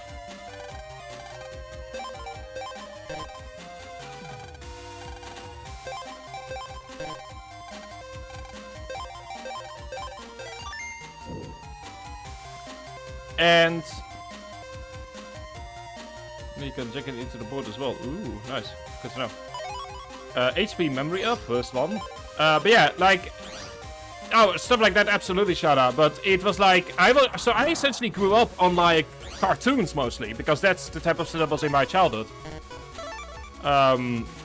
Also, we have stuff like Fox Kid Planet, which I believe was like an award show kind of idea. It was purely for Dutch artists and stuff like that, which was really weird as a child. They even had this dumb little theme tune that for some reason I can still kinda, if I really want to, like, hear in my head, and I'm really annoyed each time it happens.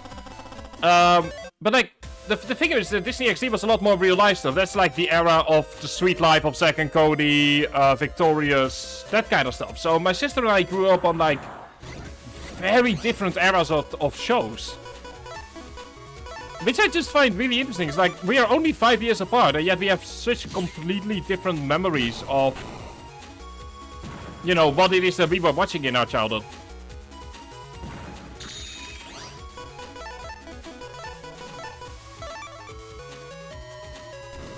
Which is, I don't know, it's just something that kind of fascinates me. And I don't know why, like, it shouldn't fascinate me the way that it does. And yet, it also really fascinates me. And I think it might be because we are sort of like... So my generation is sort of that awkward in-between generation. Like, it's sometimes said that we are... sort of like a mini generation. Like, we are both digital... We are something called... we are essentially the first digital natives. Just to say, we are the first generation that have, like, always grown up with the internet. Like, the Windows 595 came out when I was 1. So, the internet has always been a thing in my household, as far as I can remember. And so, we are sort of like in that awkward between generation where we had the move from analog to digital in our childhood, so we can still remember both sides of it. So, like, my sister can't remember analog television or anything to do with that.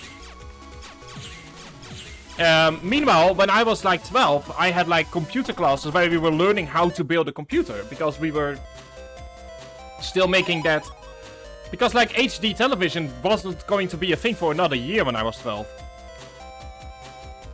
And so you have this awkward middle bit of like, we're not like digital, like we aren't fully analog, like our childhood wasn't like the 80s.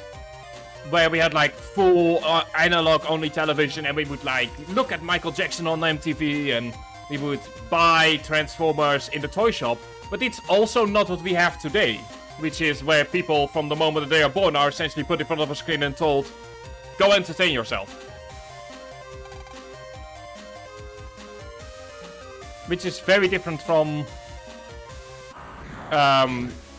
you know, like we're sort of like in the, like I said, we're in that awkward middle space. Where we had the sort of like the 90s childhood of like, you know, Britney Spears and, you know, computers becoming a thing. But we also are aware of the dangers of it. And I think that's why I'm so very interested in like television, in the child television, because it was going through that same transition back then. Where we were going from like purely animated stuff like Shaman King, like Beatamon, which is one of the last things that I remember watching before I became too old for that kind of stuff. Digimon, Pokemon, that kind of stuff. And then also the other era, which is the Sweet Life of Zack and Cody, Victorious, Hannah Montana was, I believe, one of the first shows that did that. iCarly, which I supposedly remember very fondly these days.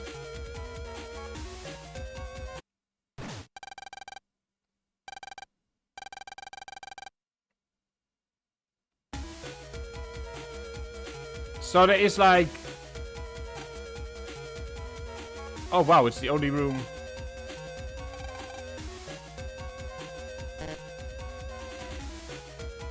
Okay, interesting. PC lab is safe, I guess.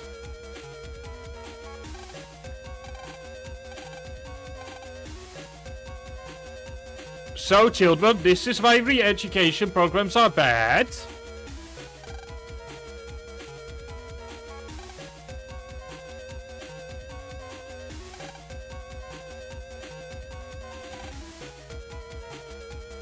So, talking about the dangers of modern technology, by sheer coinkydink, this is why you shouldn't let children watch TV, or watch only look at be forced to look at screens. This is bad. I'm saying that mostly because in my streams we're all happy, fluffy, and you know everything, but in character I would be laughing like an evil villain right now.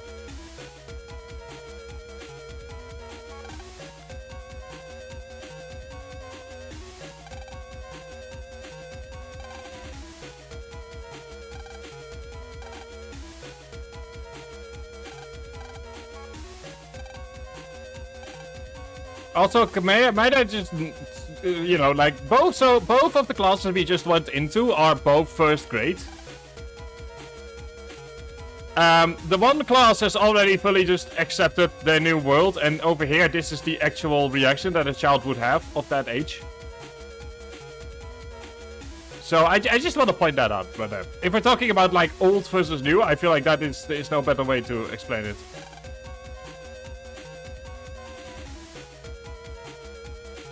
Also, yes, I am the type of person that's gonna go ahead and look up and see if anything has changed, because the scene has changed. I am that kind of asshole.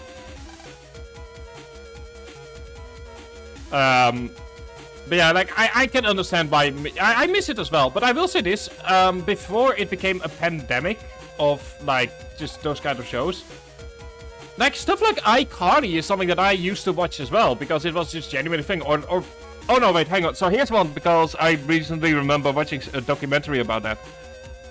Who here? I'm gonna be really with this question. I'm gonna be, you know, like really showcasing my age here. Who in this chat remembers Ned's Declassified Survival Guide?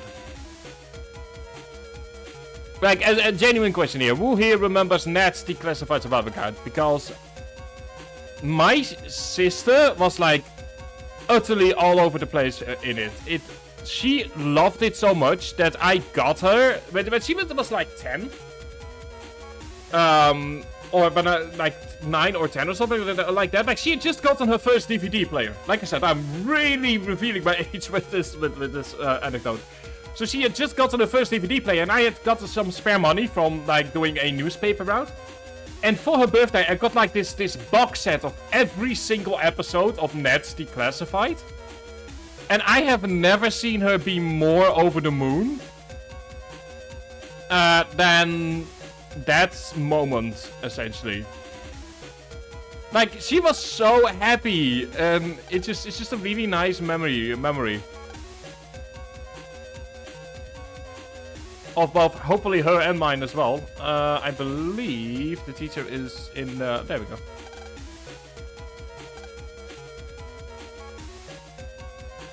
But yeah, that's sort of like what I remember from like that's sort of like one of the core memories that I have. The AV room.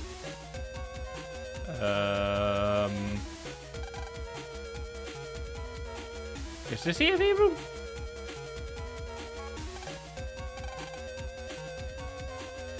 Is it one of these computers?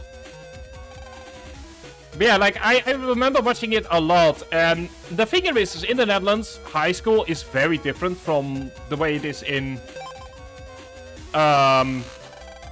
America. And because I was watching so many American shows, I kind of had like a really weird mental image of what high school was meant to be. Simply because that's just what American high school was, and in my child's brain, there was like no difference between the two.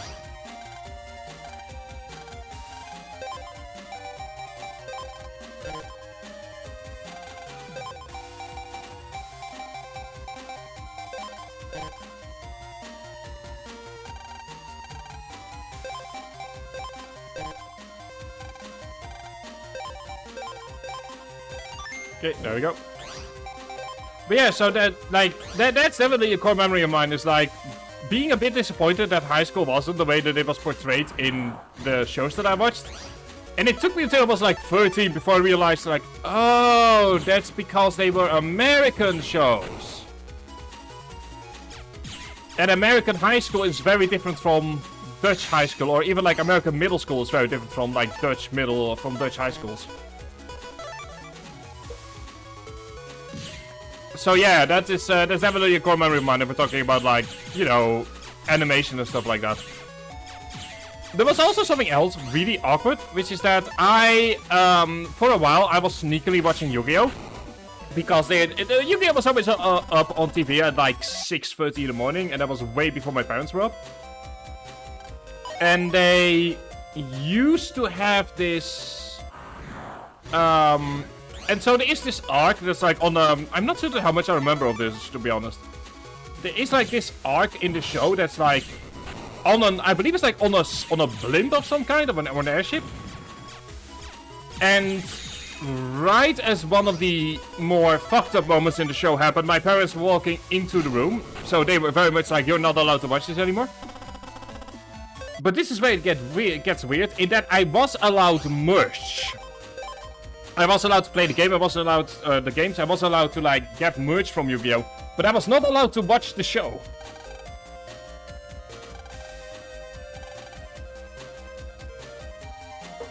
Which is very weird. And still to this day, I'm not certain as to why that is. But yeah. So that's another memory that I have of mine, where it's like, oh yeah, I was not allowed. Like I was not allowed to watch the show, but I was allowed to, you know, get merch and everything. Anyway, let's go and have a look around here, see if we can find anything.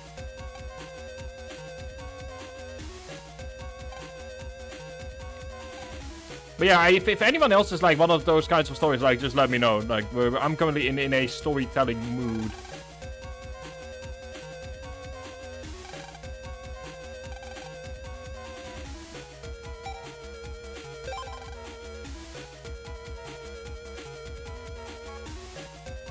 This is not my problem.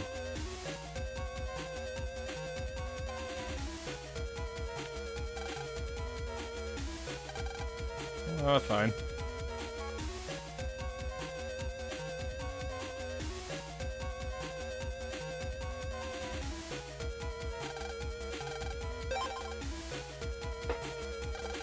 I just wish there was an option for you to leave. I know that it's a GPA game, so it's not possible, and because it's a kid game.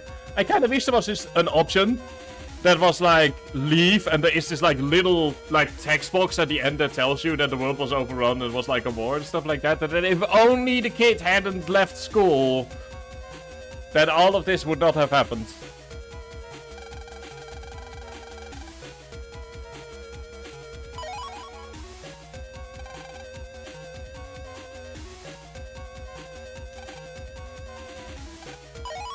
Oh, hang on. Oh, I missed that. I almost missed that. See, Miss Mary, that's what I get from rescuing you. I almost missed that. Almost missed that HB memory.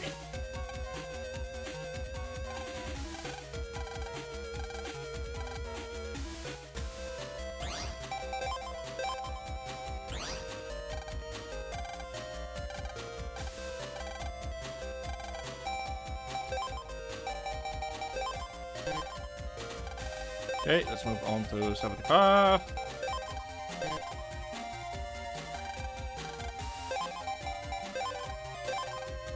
Oh, there we go. Yeah, I believe the next... Yeah, there we go. It's a boss fight.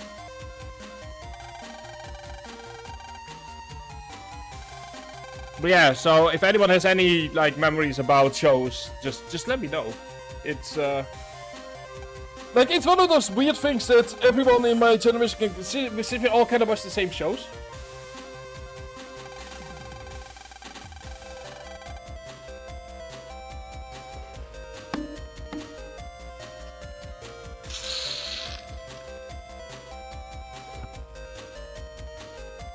One second. This requires a very specific emote. And it's not that one new. 1 second. This requires a very, very specific emote, yeah.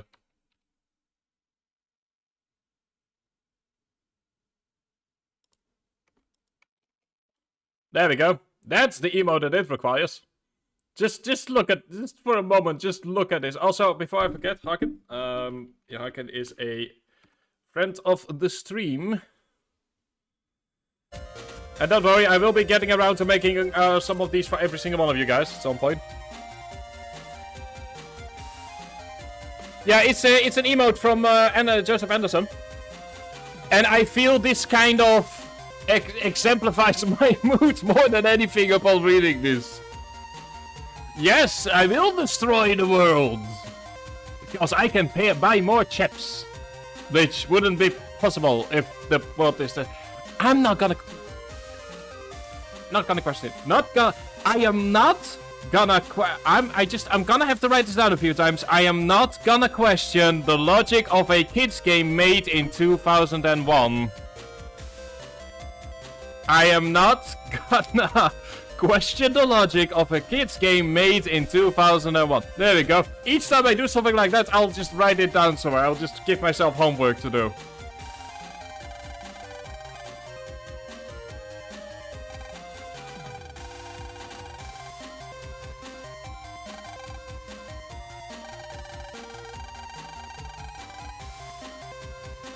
And yes, I normally, I like to use, I will be honest, I do subscribe to channels purely for the emotes.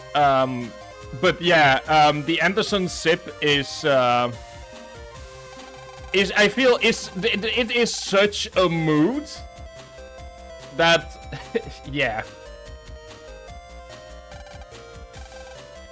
Also, if you guys want to use my own emotes, we do have a couple of ones specifically for subscribers, then you can subscribe to me. And you will be able to help me deal with my addiction for anime cosplay tracksuits by allowing me to buy more of them. So yeah, you can subscribe to me if so desired, and help me deal with my addiction by absolutely and utterly nurturing it. But no, in reality, all the money that goes into subscription goes into the stream in some form or another, using stuff like better equipment, better PC parts.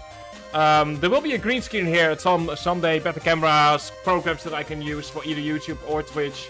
So the idea is that all the money that goes into just that you guys give me is going back into the stream in some form or another. Even if it's in the form of coffee, so that I can keep streaming.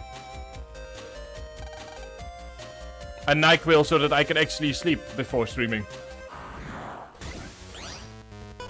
And I'm jumping immediately up to 500. And yeah, okay.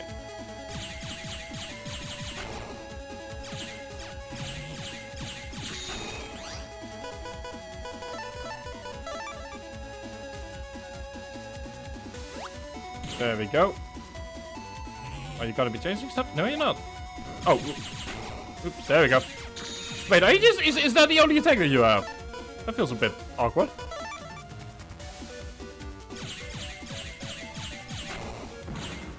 I mean, I'm assuming this is not the only attack you have, otherwise it would be a bit awkward.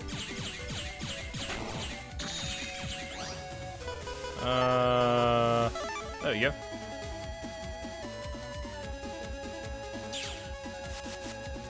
But yeah. I mean, I need to go ahead and advertise every once in a while, right?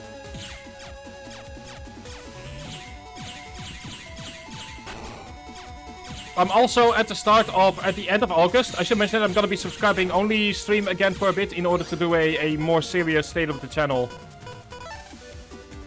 Like where we're going in September and onwards, and what the idea is going to be for the coming few months. Like every once in a while I'll do a stream that is like specific to the subscribers where only they can chat. Because, you know, they keep me running with fuel in its many forms.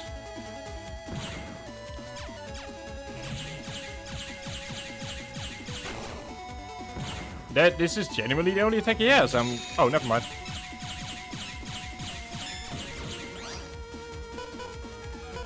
I mean, yeah, I guess. Like I said, like you guys allow me, you know, it's.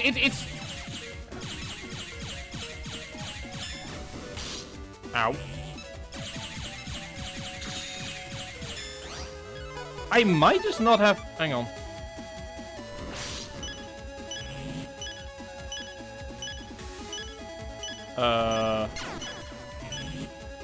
Alright, I wasn't expecting that sudden change of pace. That is the first F. I am so used to having a shield that it is genuinely messing me up here. But yeah. Also, you get access to a subscriber-only chat that isn't used. But hey, there you go. Next one is 37.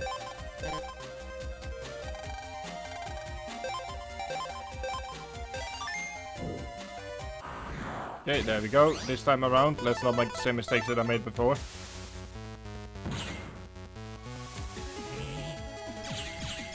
Although I have slowly but steadily been trying to wean myself off the old tracksuit only thing. Because, well, it's fun as a joke. It does kind of limit, like, my options in regards to what I can do with streaming. So, while it's a fun joke, I am also kind of trying to be more serious about my stuff.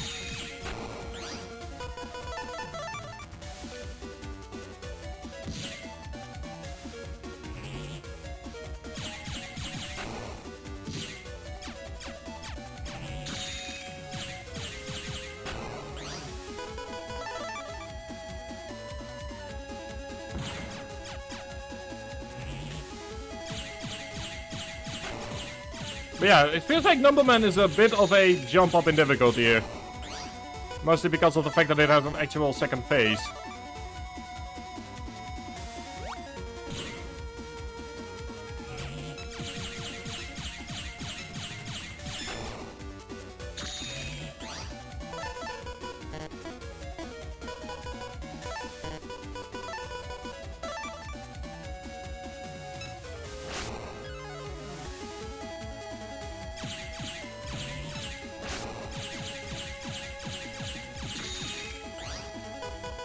Okay, let's go ahead and use roll here. Not necessarily needed right now, but anything in order to get damage done to him.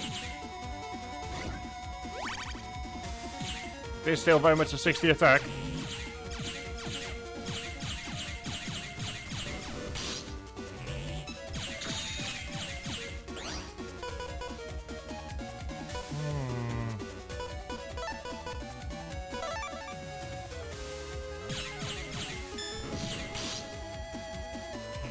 I do feel that it's like... It might be me, but I am getting the feeling that, like, something about this just... It's not so much not being... Yeah, no, it is absolutely not being fast enough as well, but, like, it feels like... Okay. Okay, so there we go. That explains it. So you need to be, like, right on top of him. Okay, that makes some sense.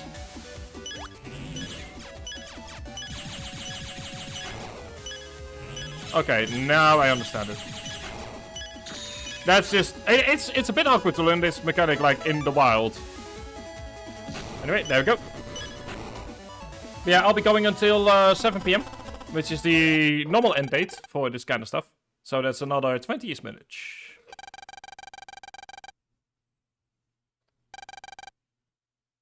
And yes, we also have a tracksuit emote for, I believe, subscribers only, but that could also be follower emotes. I'm not sure.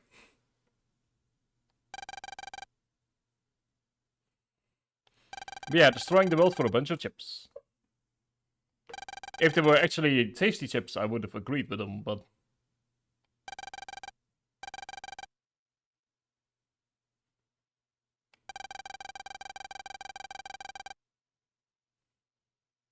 Like, I also feel like Higsby is in the anime a lot more creepy. Especially, like, from what I remember, isn't he the dude that gives, like, the corrupted chip to Roll, which then leads into the 2-episode Fetish Field arc of, like, Dominatrix Roll? Like, I'm trying to remember that particular episode right now. Hey, I also love Len just being like, hey, I know you almost tried to destroy the planet, but sure, I'll trade chips with you.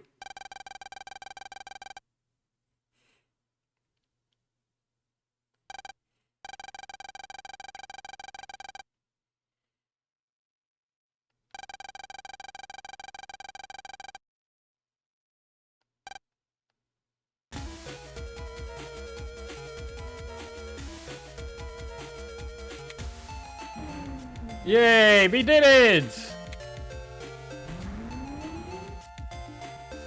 The ultimate expression of have you tried to turn it on and off again? Or off and on again, I mean.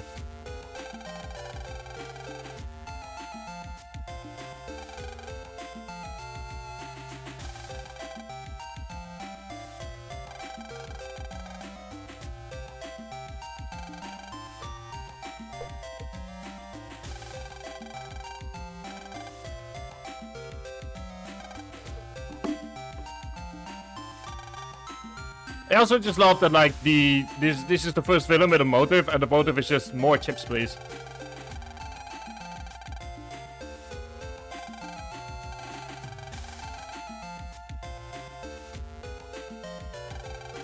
There we go, after class.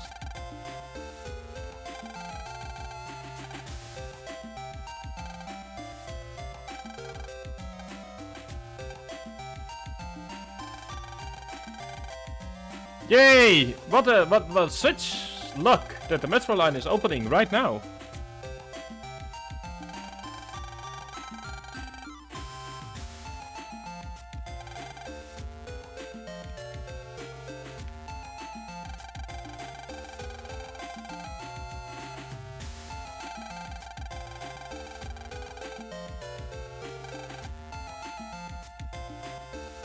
Can I just also say this? This right here is my nightmare. I've never been good at trigonometry.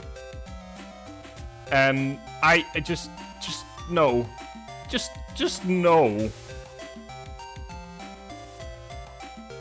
Like, I get the basic idea of trigonometry, that in the, like, a perfect triangle will always have 180 degrees, and that if you know how the, like, you know, like, if you know what the other two sides or what the other two bits are, then you will automatically know the third using simple 180 minus a to minus a plus b. But I don't know, man. I've never been able to remember my causes and my sins and all that kind of stuff.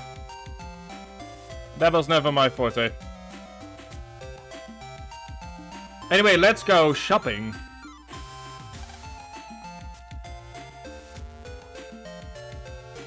So, everyone here back to normal?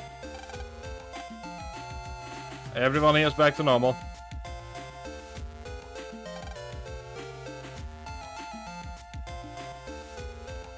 Okay, everything is back to normal again. Yay! We did it! For the second time in 2 hours.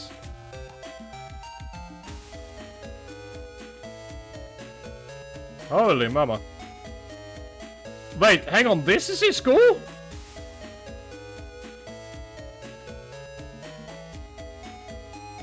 Christ. All of a sudden, all my primary schools feel very dinky in comparison.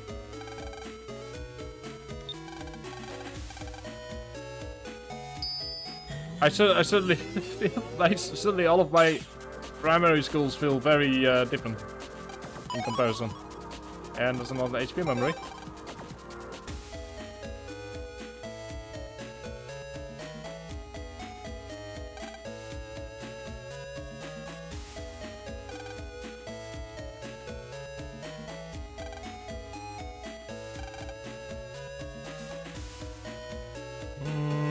Let's not go to that quite yet. I believe there's like a shop that we can access.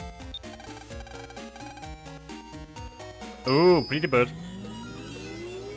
Just all bird on the screen.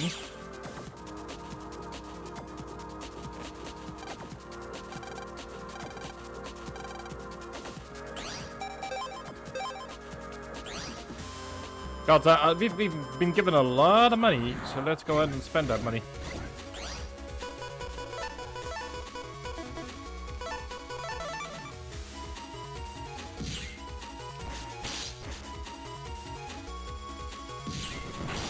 So I've probably done that earlier. Anyway, now we can just sit here and wait for a moment.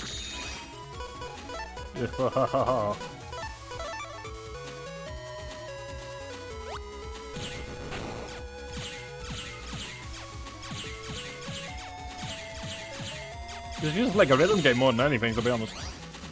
There we go. And that's that done.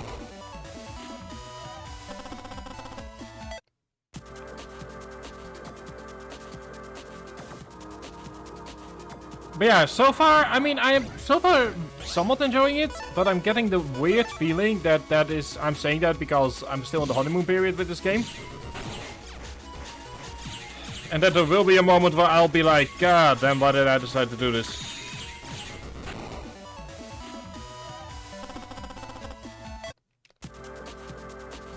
Like, I'm getting the feeling that there is going to be something in this game that's going to make me want to pull my hair out.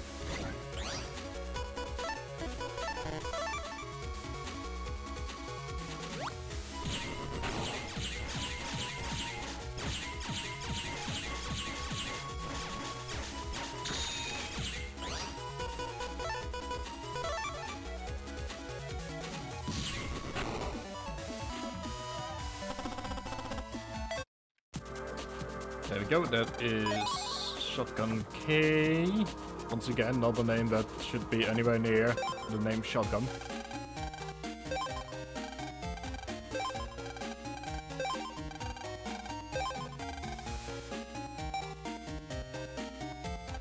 Oh, I should have probably bought the power. Oh, whoops.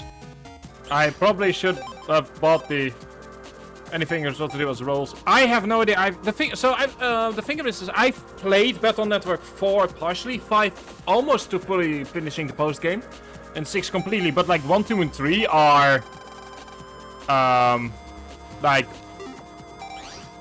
I have no idea whatsoever what to expect from Battle Network 1, 2, and 3.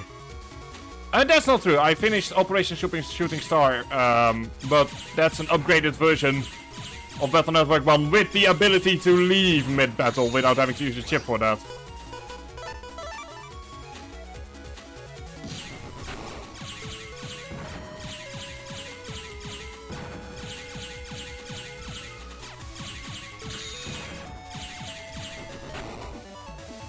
So I have no idea what Rules Fundament is going to be, and I'm already worried for it.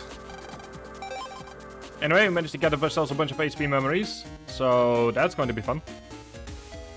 Let's go ahead and say hi to Dad.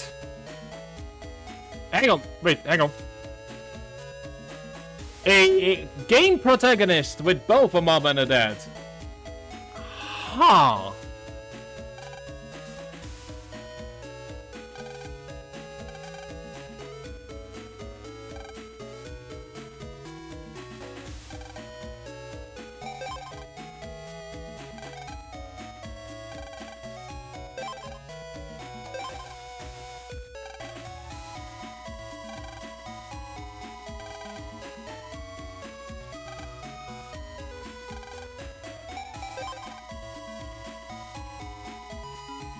That is...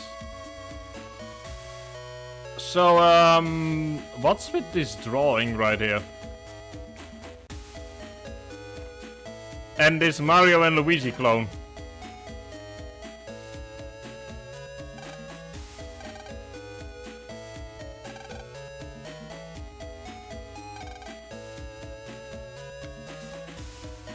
I agree, Froggy. I am just as shocked to hear that this isn't running.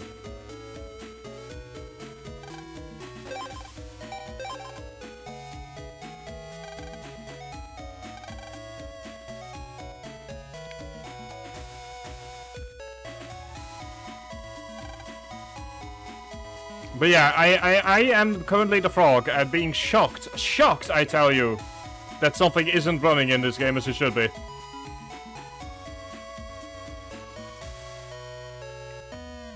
Almost like the entire premise of this game is that. Anyway, let's casually go back into... I could have just... I want to say, I'm clutching my pearls right here. Like, my pearls are being clutched as I speak. Who could have predicted this? Why, I wouldn't be able to predict this, I tell you.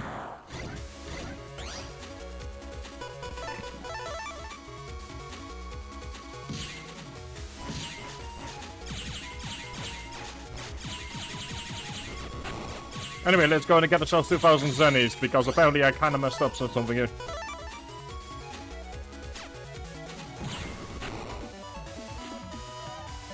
It is like, how could it? I'm telling you that is getting worse and worse every day. I mean, first there's ovens, then our children are having this ideology struck down their throats. Which I'm just now realizing, I'm so glad at my community. What's the word exactly? Back in my day, presidents were above the law. You know, back in my day, people only went to the YouTubes and the Twitters, and they were being exposed to bad ideas in that way. You know, people had to actually look up the bad ideas in my day and had to then consciously accept those ideas instead of this whole just accepting everything that you hear nonsense. I'm telling you, criminals are not what they used to be. They don't even need to work for children to agree with them anymore.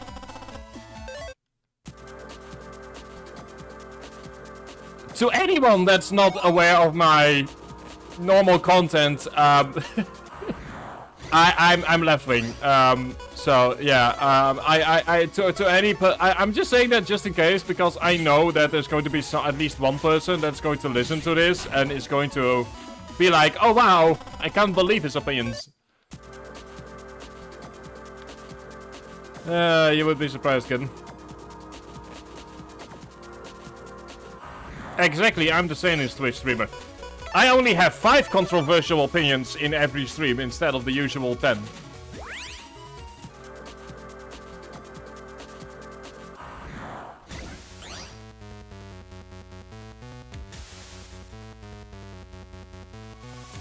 What the fuck?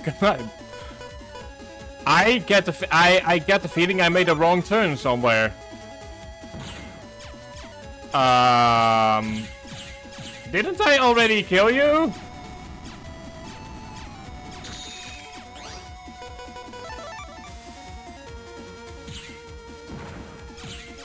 Am I meant to be able to fight you already?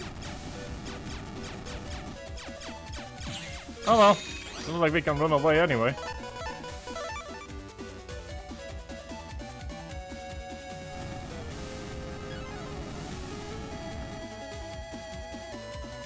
So here's my first so allow me to use one of my 5 controversial opinions today.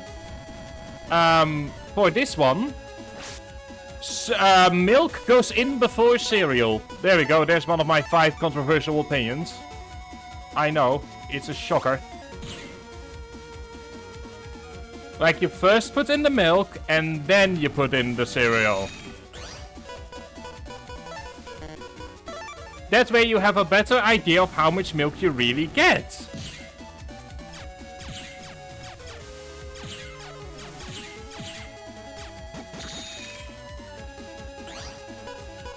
See, you're saying that you're wrong, but that just proves to me that I'm right.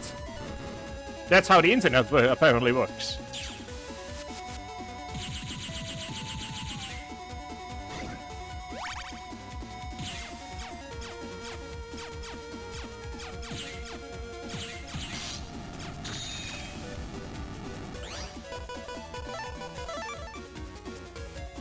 Oh no, I'm an internet. Yeah. Now my feelings are really hurt. Next, you're gonna be calling me a YouTube or something. Like, what is this world coming to that just streamers with controversial opinions are being called a YouTube or being called an internet?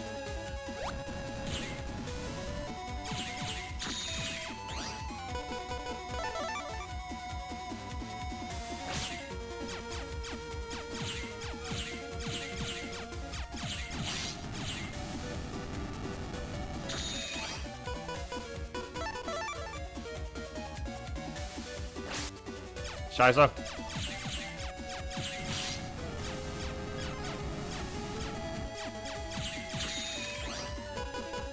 I mean, how will I ever recover from this insult of being a YouTube or being an internet?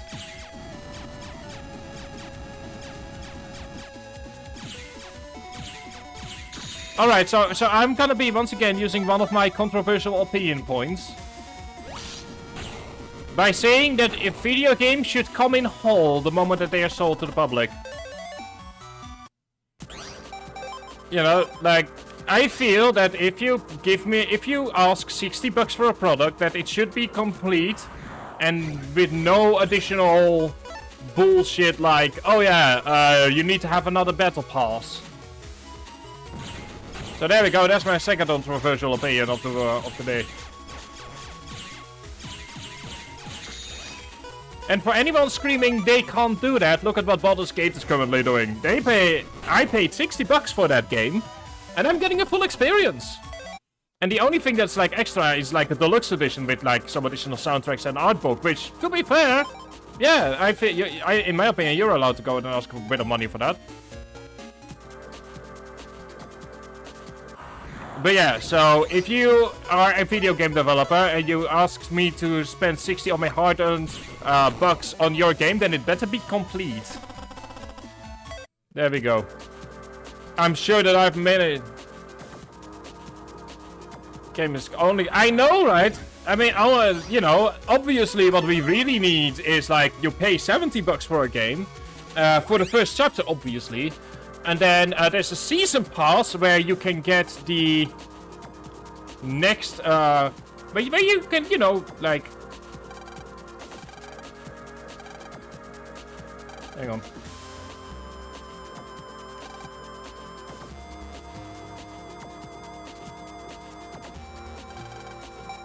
I have no idea what I'm doing here right now.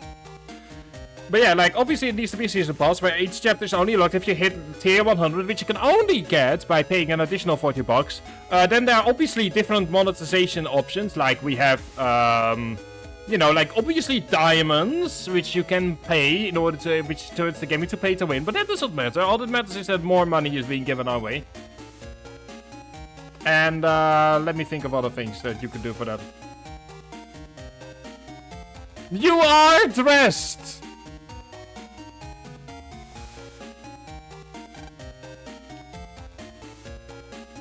What do you mean you're getting dressed? You are dressed right now. Also, why can I come into your house while you're getting dressed?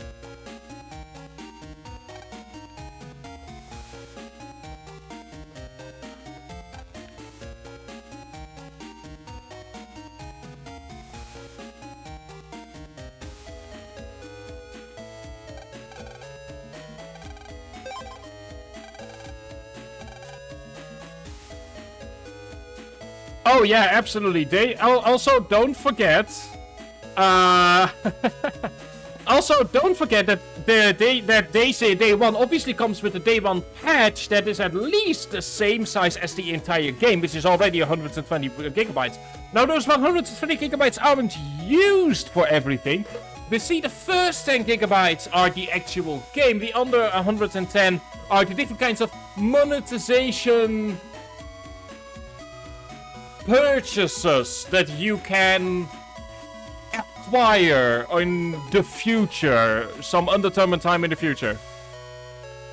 And obviously it's not that we are asking you to give us money, it's that the continued development of the monetization schemes requires your participation as well.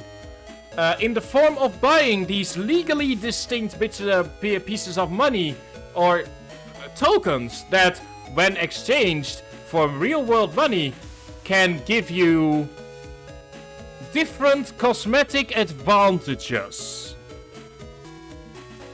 Like, say, a hat that does +1 more damage. Or a car that allows you to, you know, get 8 people in at the same time in an MMO. And I'm not salty at all whatsoever. Like, and oh, obviously it's not a pyramid scheme. I should probably mention that. This game is obviously not a pyramid scheme. What it really is a dimmer rip. It's a funnel. It's not a pyramid, it's a funnel. Which reverse funnel, my bad. It's a reverse funnel. I can't say that, seriously. Because I genuinely had someone here. Okay, so without all the bullshit. What, you know what I just said about like the reverse funnel? Someone actually used that.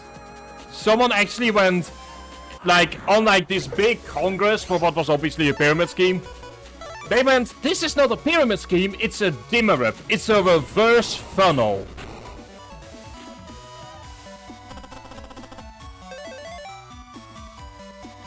And I will give it this, the balls on that person. Like, must have been huge. But yeah, I mean, then again, I watch a program that is called Boos on YouTube, and it's like translated literally means angry. So for those of you in the Netherlands, it's Tim Hofman, BNN Vara. And there are so many pyramid schemes that also come across, and people go like, oh no, it's not a pyramid scheme, it's just that they can get more money by signing other people up.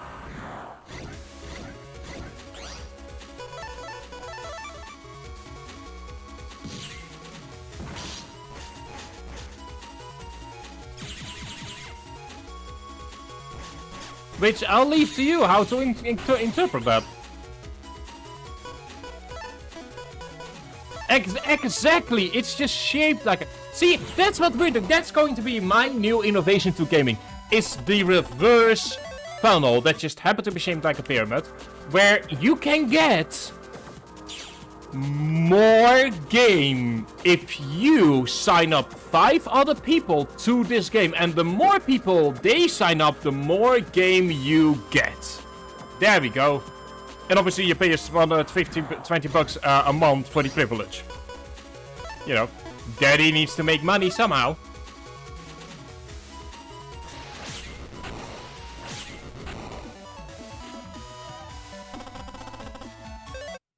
So yeah, daddy needs to make his money, and the best way he can go ahead and make money is by having you spend more money.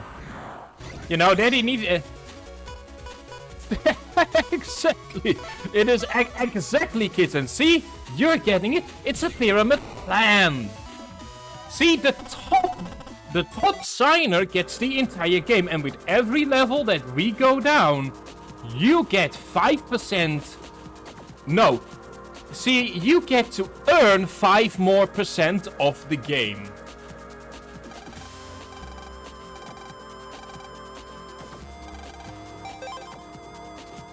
Yes. Yes, that's what... Yes, that's how it works.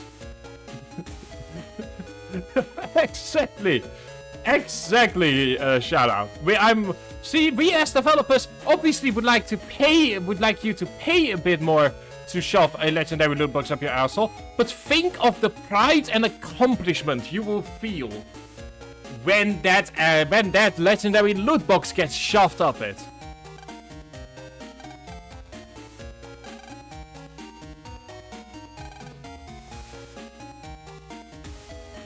Let's just finish up this little side quest before I forget it. So we first need to go to Melu.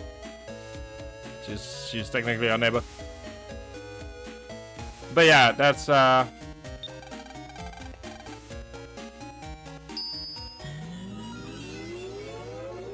So yeah, anyway, game that, you know, EA bad to kind of end end the joke here. You know, EA bad. I will genuinely, I mean, to be genuine here, I will never forgive EA for destroying SimCity as like a franchise.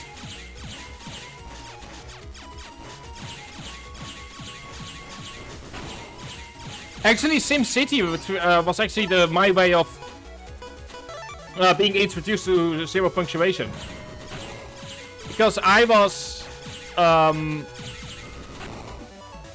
looking up reviews for SimCity 2013, and I found the zero punctuation review, and it just had me rolling on the floor in laughter. So that's kind of how I got introduced to Yopsy Cross Shell. Especially the part where he just keeps going arts. You know, to further exemplify the fact that what the name is meant to stand for. Which is just beautiful.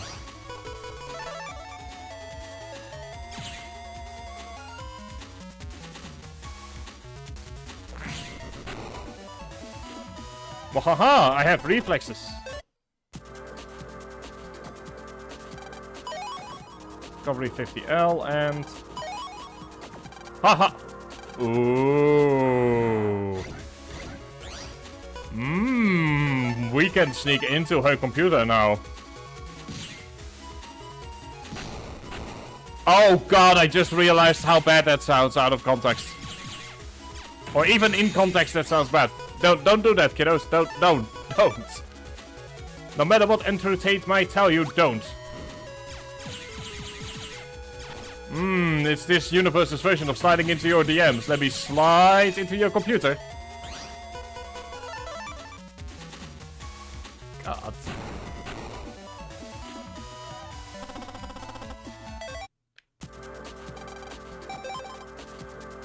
And she will never know we stole her data.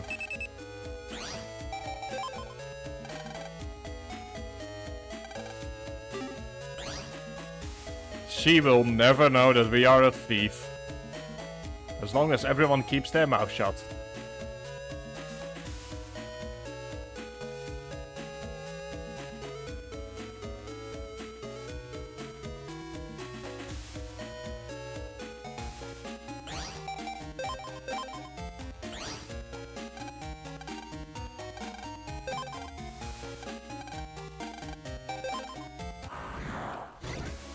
Alright, so we now need to beat Gutsman. Again. But this time around we are prepared. Ish. Or not. We are not prepared.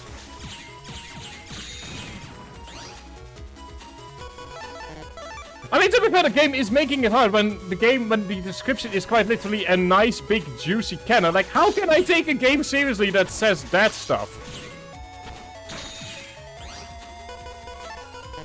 Like, but here, just look at a nice big cannon. I'm just waiting for the juicy to be in there.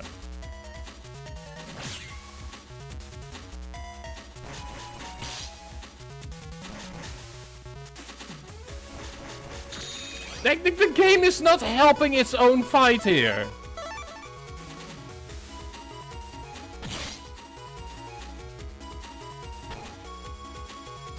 Haha, I have found your weakness.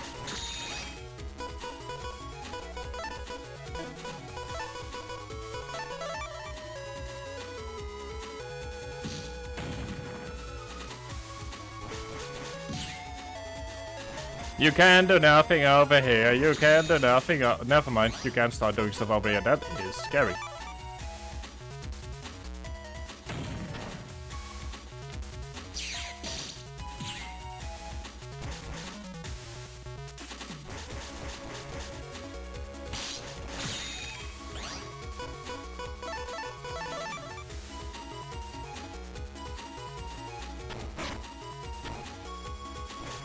Uh-oh. Oops. Hey! Good boy. Come on, hit me again! Hit me! I'm stuck in here anyway! Oh, I'm no longer stuck here. Okay.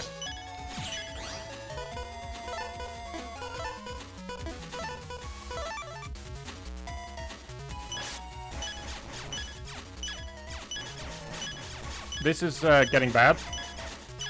Wasn't quite expecting a fight! This is how you can see that I've never played this game before. Scheiße. Oh, come on!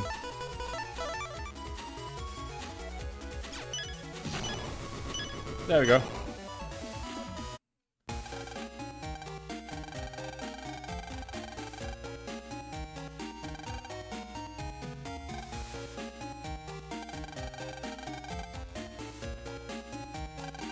Also, oh, I do love that GameCube right there.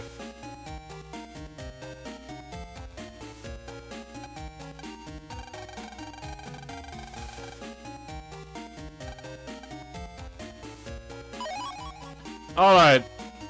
Now let's quickly go there and then... Got Gutsman, thank you.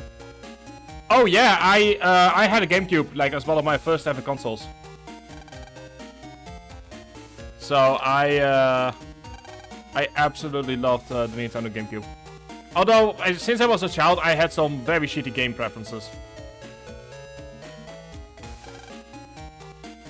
But yeah, anyway, we are, like I said, I will be going until 7. So, that is going to be it for today. There we go. GameCube game. Well, I can answer that. My favorite GameCube game.